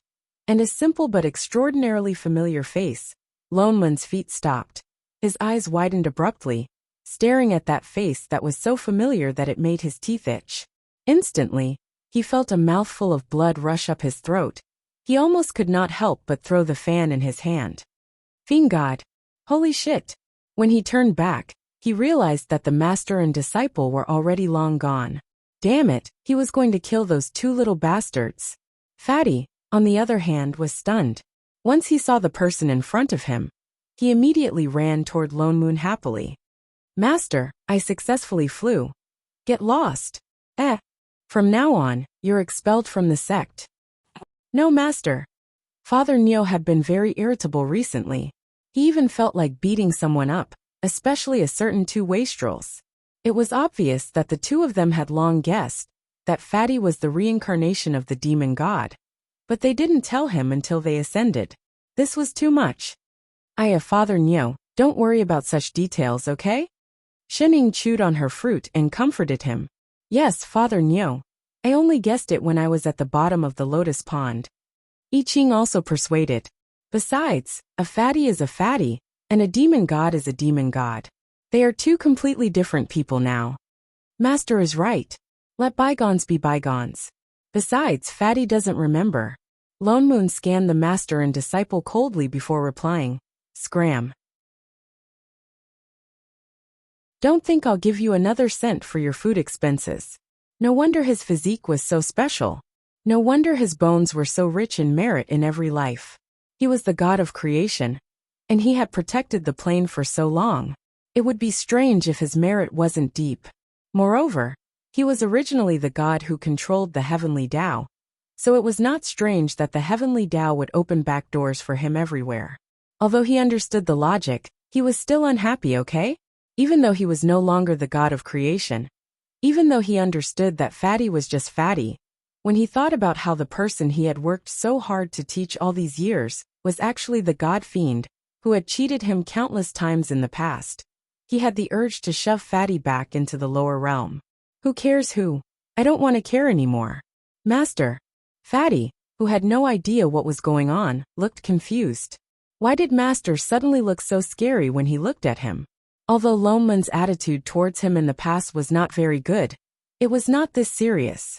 In fact, if Fatty made any big movements, he would receive a 360-degree death stare from Master. Could it be that the situation of his immortal ascension was wrong? Or did he miss something? Fatty's heart was bitter. He hugged his fat self, heart aching for him. He could only shrink in a corner of the immortal boat and tremble, afraid that Lone Moon would kick him off the boat. Perhaps because the pressure was too great, and in addition to the fact that he was hiding in a corner, there was nothing else to do other than cultivate. Fatty shrunk back and returned to his original size, and he seemed to be a few kilograms heavier than before. Shunning. I Ching. Even though he was not broad-minded, he was still fat. He was indeed a ball. Perhaps it was because his current image was too different from that treacherous god-fiend of the past. Lone Moon's anger finally subsided a little. His expression also softened a little. At least he did not want to throw Fatty off the boat every now and then. Seeing this, Fatty suddenly understood something. So the reason why Master was angry was because he had lost so much weight. Was that why Master felt sorry for him? At that moment, Fatty's heart was filled with gratitude. He silently decided in his heart that he was determined to maintain his figure from now on. He no longer looked at Lone Moon with fear in his eyes. No matter how cold and cruel Fatty stared at him, Fatty looked back at him passionately. His eyes sparkled. Lone Moon could not help but feel a chill run down his spine. Goosebumps rose all over his body. Could Fatty's brain have gone haywire after being beaten up by him? The god-fiend was indeed a pervert. Fatty ascended to the East Sui country. As they were not in a rush, the few of them took the immortal boat back to the invincible immortal palace in the 9 heavens. Although they had stayed in the lower realm for many years, due to the time difference, they had only left for less than 2 days. After arriving in the upper realm, they were delayed for quite a long time. Lone Moon originally wanted to hand Fatty over to Yu Hong. After asking, he found out that Yu Hong had gone to another continent to do business. Even Siyu was not around. They had no choice but to return to the back of the palace to rest. Once they entered, they found a pile of all kinds of small animals in front of them. They were stacked on top of each other, filling up the entire courtyard. They could not even see the door. From time to time, they could hear a few pitiful cries. What is this? Lone Moon's expression darkened. Who put all these animals here? Wait, why were these animals faintly emitting blue god power? These are divine beasts. Exalted goddess, you're back. Little Black jumped out of nowhere. Perhaps because he had married Yu Hong, he had the confidence of one of their own. He did not even tremble when he saw Shining. He glanced at the animals in the house. As if he had guessed what they were thinking, he explained, "Oh, these were sent by a person called Hong Meng. He said they are for you, exalted goddess." Hong Meng? Lo Moon paused. Only then did he remember about the other plane. Their plane was opened by Shining. So Hong Meng would indeed send some things over from time to time. But there was no need for him to send so many at once, right? It was enough to last them for a few years. Ever since you left, he would come here every morning to look for you, exalted goddess. Little Black continued. And the more he sent, the more he sent. That's why they piled up like this.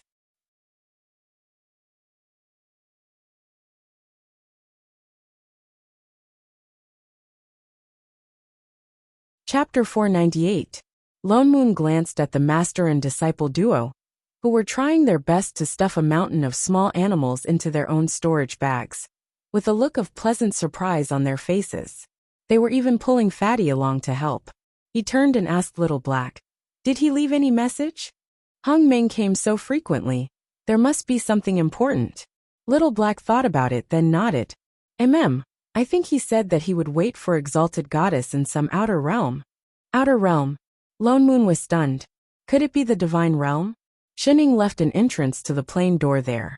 It seemed like Hong Meng really had something important to do. He frowned and asked Little Black to bring Fatty down to find a place to stay. He went forward to help Shining, and the others put away the ingredients in front of them. He explained the situation, and then opened the passage to the divine realm. Hong Meng was indeed in the divine realm. He was sitting anxiously on the grass beside the plane tree. He seemed to have waited for a long time. The grass around him was almost flattened by him.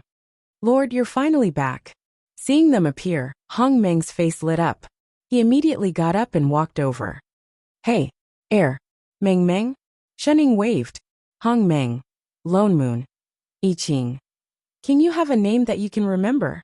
"Exalted goddess, my name is Hong Meng." Hong Meng frowned as he answered. "Oh."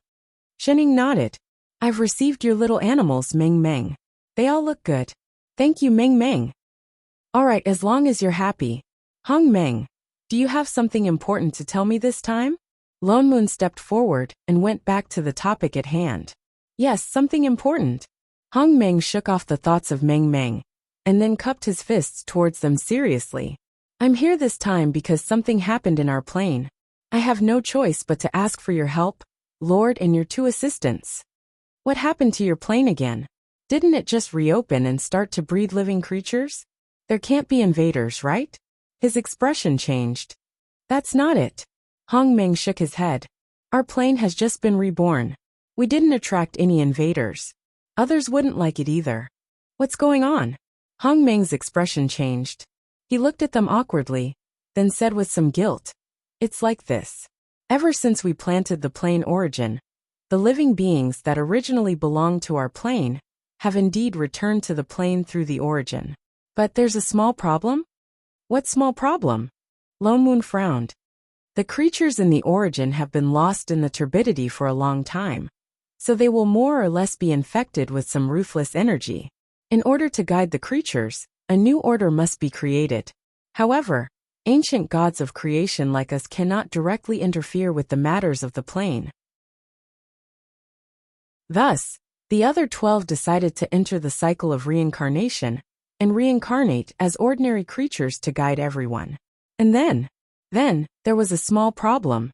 Hong Meng looked anxious again. "After they reincarnated, they lost their memories. Although I'm guiding them in the dark, I'm not strong enough, and I can't take care of everything. Plus, I can't interfere directly, so the new order has never been established." He looked up at the three expectantly. "The planes of the few lords have stabilized now. So may I be so bold to ask the three of you to follow me there, and help me one more time?" "You mean you want us to help you rebuild the heavenly Tao?" Yes. Hong Meng nodded vigorously. "Not going." Lone Moon rejected instantly. Hong Meng was stunned. His expression fell. "That's your own plane's matter. Solve it yourselves." Did he really think they were doing charity? "But, go Father Niao." Shining suddenly spoke. "Shining." Lone Moon glared at her. "The last time he helped, you went straight into hibernation. Who knew what would happen this time?" "It's all right." Shening took a bite of her fruit and tilted her head. Also, we've already kept the little animals. Loneman's expression darkened. Then go back. The master and disciple hurriedly pressed down on their storage bags and took a step back together. Shening. These two bastards. Were they trying to anger him to death? Just as he was about to fly into a rage, Chef's voice sounded in his ear. Father Niu, do you remember what Senior Shinjing said when Master took over this plane? Lone Moon glared at him and replied casually. What has that got to do with this? Didn't Shinjing strongly oppose her taking over? She even said that if she really wanted the plane, she might as well split it herself. He stopped halfway and widened his eyes. Holy shit. Are you serious? I Ching nodded seriously. That plane wasn't formed naturally. It was split by Master, which means that Master is actually the manager there. Although we're not the plane's assistants, if something happens there, it would affect Master too. Damn it. Shening was such a hands-off boss. Wasn't it enough to dump one plane? Was she going to dump another one? Lone Moon took a deep breath and suppressed the anger in his heart, which meant that they had to care about this. Father Niu, why don't you eat a fruit to calm down? Shening hurriedly handed a fruit over. Lone Moon glared at her.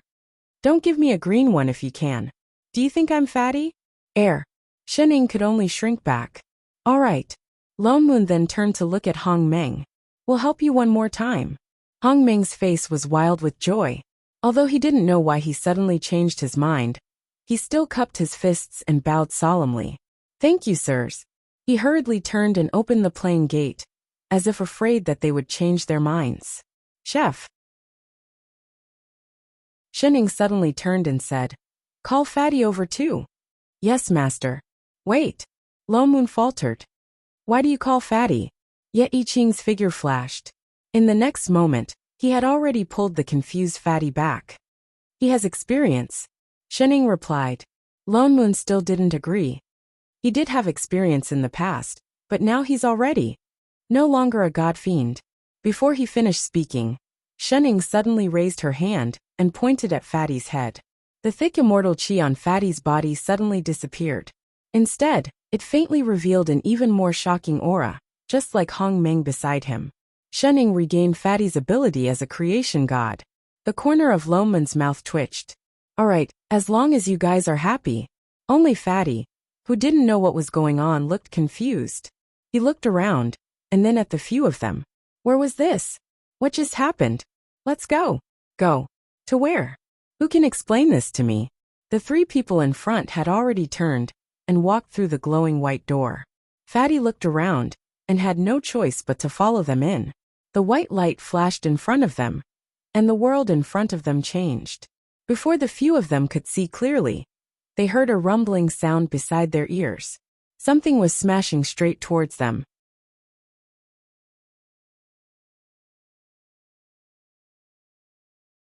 Chapter 499.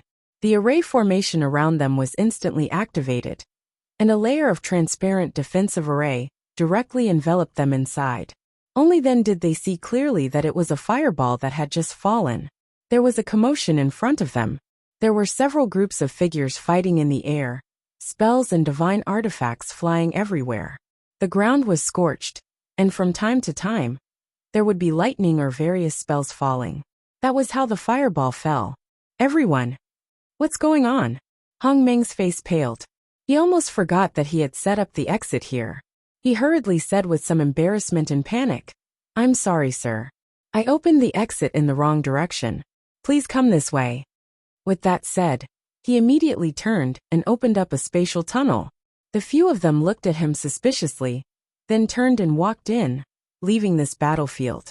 The scenery in front of them changed again, and in the next instant, they were already in a place surrounded by purple mist. A tall palace stood in front of them, and there were 3 golden words written on top, Purple Night Palace. The few of them followed in, and sat down in the main hall. Lone Moon then said, Tell me, what's the situation here? Why can't the order of the heavenly Tao be established? Hong Meng's body trembled. After a while, he gritted his teeth and finally explained the situation of this plane in detail. In short, this plane was just a coffee table, and on it were all cups and cutlery originally. With Shen Ying's help, the plane had already been re-established. Furthermore, they were the gods of creation from the previous generation, so they had experience in rebuilding order. Actually, as long as they did not deliberately interfere, when the original purple source was completely integrated into this plane, living beings would naturally be born. It would even be like the other plane, extending more and more small worlds. But this process was very long. It could take hundreds of millions or even tens of billions of years. Hong Meng and the others waited patiently at first, but looking at the empty plane, they inevitably felt a little lonely. When people were lonely, it was easy to get into trouble. So they started to make trouble. In the beginning, he was only trying to reverse nurture the thin and weak original purple chi, hoping that it would grow faster. Of course, they did not do anything too overboard. After all, it was the foundation of the existence of living beings in this plane. And their method was effective. Slowly, new living beings were born in the plane. First, there were divine races like dragons and phoenixes. But because the original purple source was not strong enough, that was why these creatures only had physical forms, but no spiritual awareness. For example, last time he sent over a chicken that could lay spirit stones. Oh no, it was a phoenix. That was how it came about. Later, as the origin violet chi became more and more solid, some intelligent creatures began to appear. Many races appeared, and most importantly, the human race began to appear. However, because the soul in the source was summoned from the primal chaos, it was able to absorb the soul. More or less, there would be some residual chaos chi. This chaos chi would need to be reincarnated in the original source purple chi for many years before it would slowly disappear. However, due to loneliness, these creatures appeared in the world ahead of time. Due to the influence of primal chaos chi, they were somewhat violent in nature and possessed divine power. One race was stronger than the other.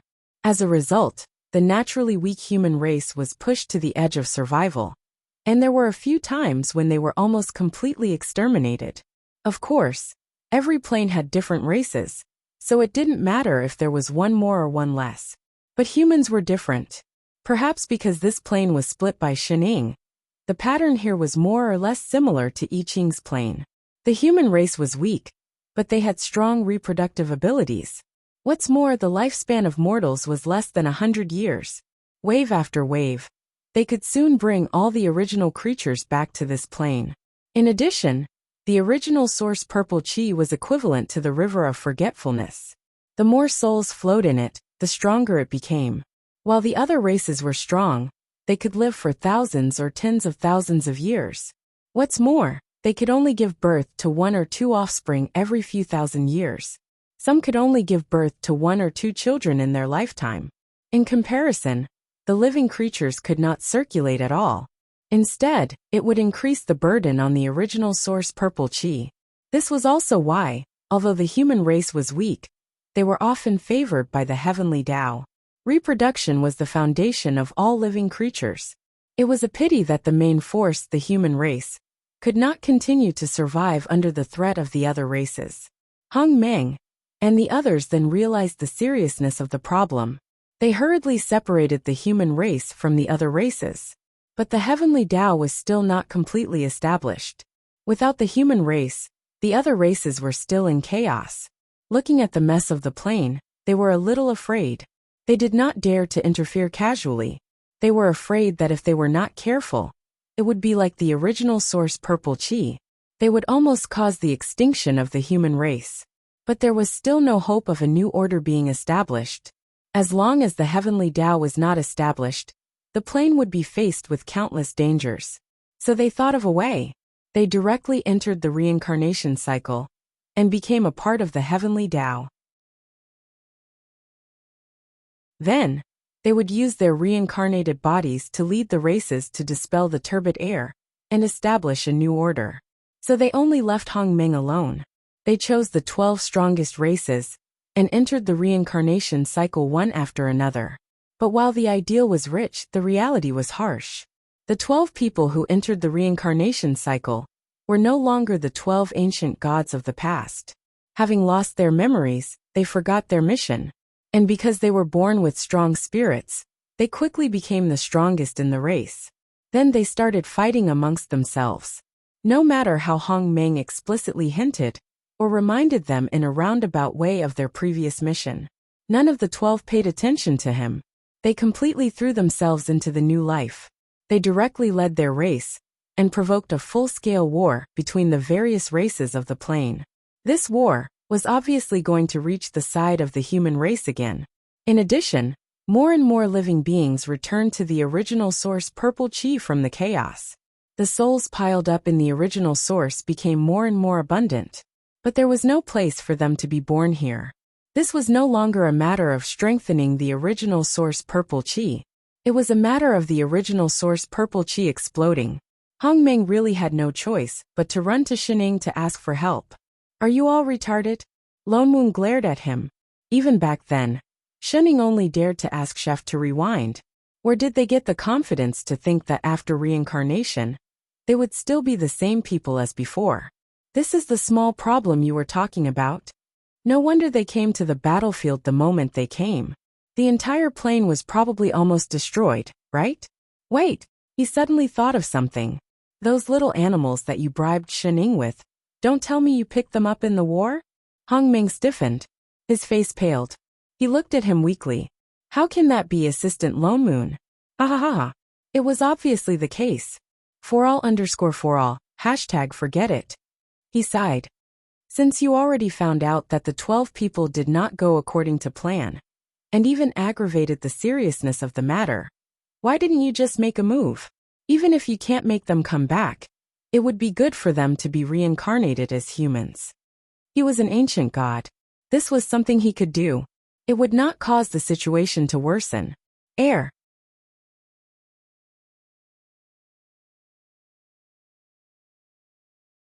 Chapter 500. Hong Meng's smile stiffened. He shifted uneasily on the chair. Actually, I tried, but he didn't continue speaking. His whole body shrunk, and his face was so ashamed that his head almost dropped to the ground. Lo Moon paused. Something connected in his mind. You didn't get beaten up by them, did you? Oh. He lowered his head even more. Holy shit. You really lost. What happened to being an ancient god? Even Fatty's face has been thrown away by you guys, okay? My lord. Hong Meng's face was completely red, and his eyes darted around as if he wanted to find a hole to hide in. When they entered reincarnation, in order to suppress those races more conveniently, they reincarnated with their cultivation. So, Lone Moon stood up abruptly.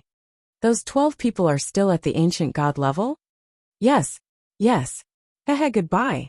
Lone Moon turned to leave. No. Hong Meng hugged his leg and turned to look at Shining. My lord promised to help me. Why are you hugging my leg when you're begging her? Lone Moon tried to pull his leg away. She promised. Go find her and ask her to help you find those 12 people. You caused this yourselves. I'm not going to care. 12, a certain someone who was chewing on a fruit paused.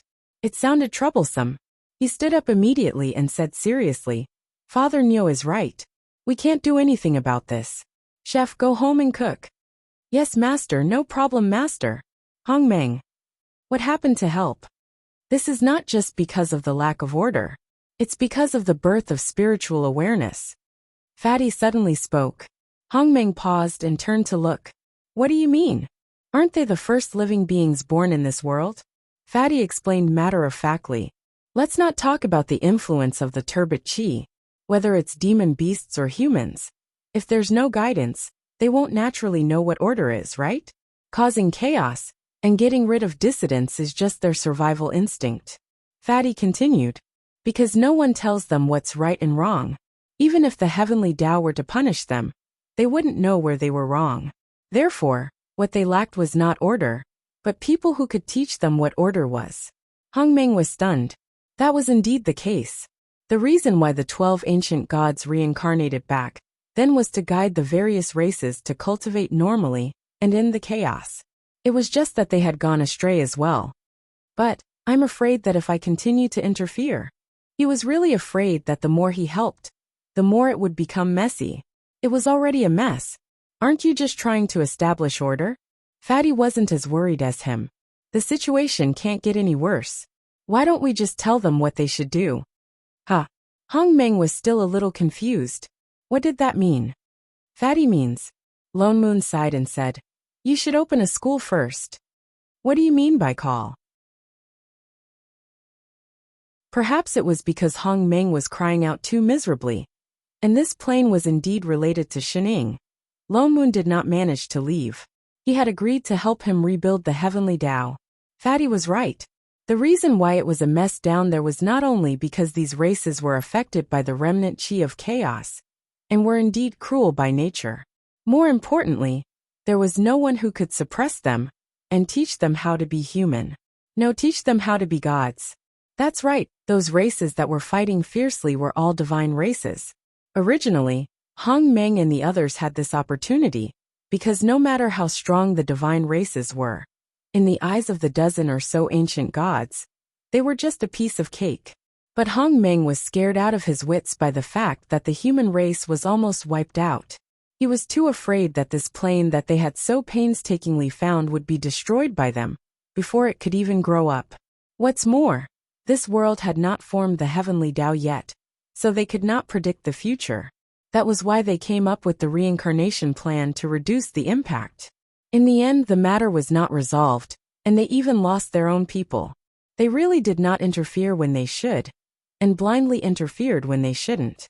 The best way now was to build a platform for them to coexist peacefully, and teach them how to love each other, to build a harmonious and stable big plane.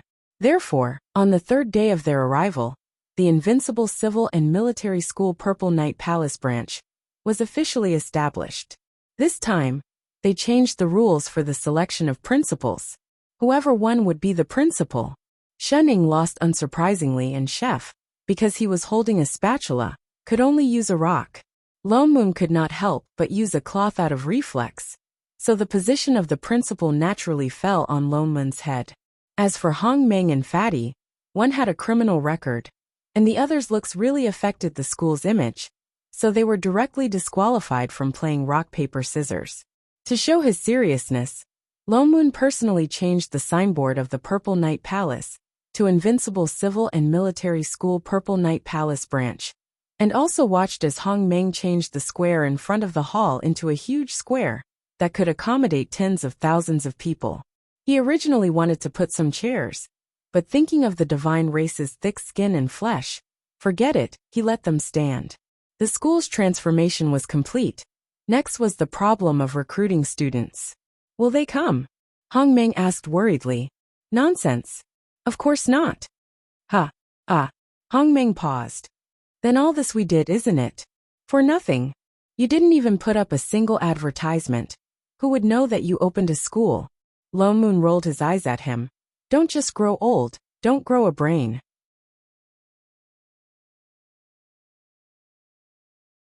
Once we put up an advertisement, people will naturally come. What was an advertisement? Did it mean to advertise widely? Then how should we put up an advertisement? A fight is the best advertisement. What? Lone Moon ignored him and asked, tell me, what are the names of those 12 traitorous grandsons? Call them over. Let Chef beat them up. Beat them up. Then they will naturally not dare to do anything rash. Then teach them. Teach them until they learn well. He spoke seriously. This was not the time when he opened a sect. There was no competition. There was no need to consider reputation and such. Didn't you say that they are the leaders of the 12 races? If they stay here, the others will naturally come. Hong Meng thought about it, it seemed right. Then how do we call them over? Just directly issue a battle notice. Didn't most leaders care about their reputation? With that said, he raised his hand and produced a piece of paper, channeled his god power, and directly wrote, his words sharp, full of provocation, as mean could be, the kind that anyone who saw it would have a stomach full of anger. Then, he made 11 copies of it, stuffed it to Hong Meng, and let him distribute it. You're tuning in to the Li Mei's Sword of Destiny YouTube channel. We're so grateful for your support. And don't forget to subscribe to join us on this incredible journey through captivating stories. Your generosity through donations truly makes a world of difference, as it's the primary source of revenue that allows me to expand and enhance this channel for you. Thank you from the bottom of my heart for being a part of this adventure.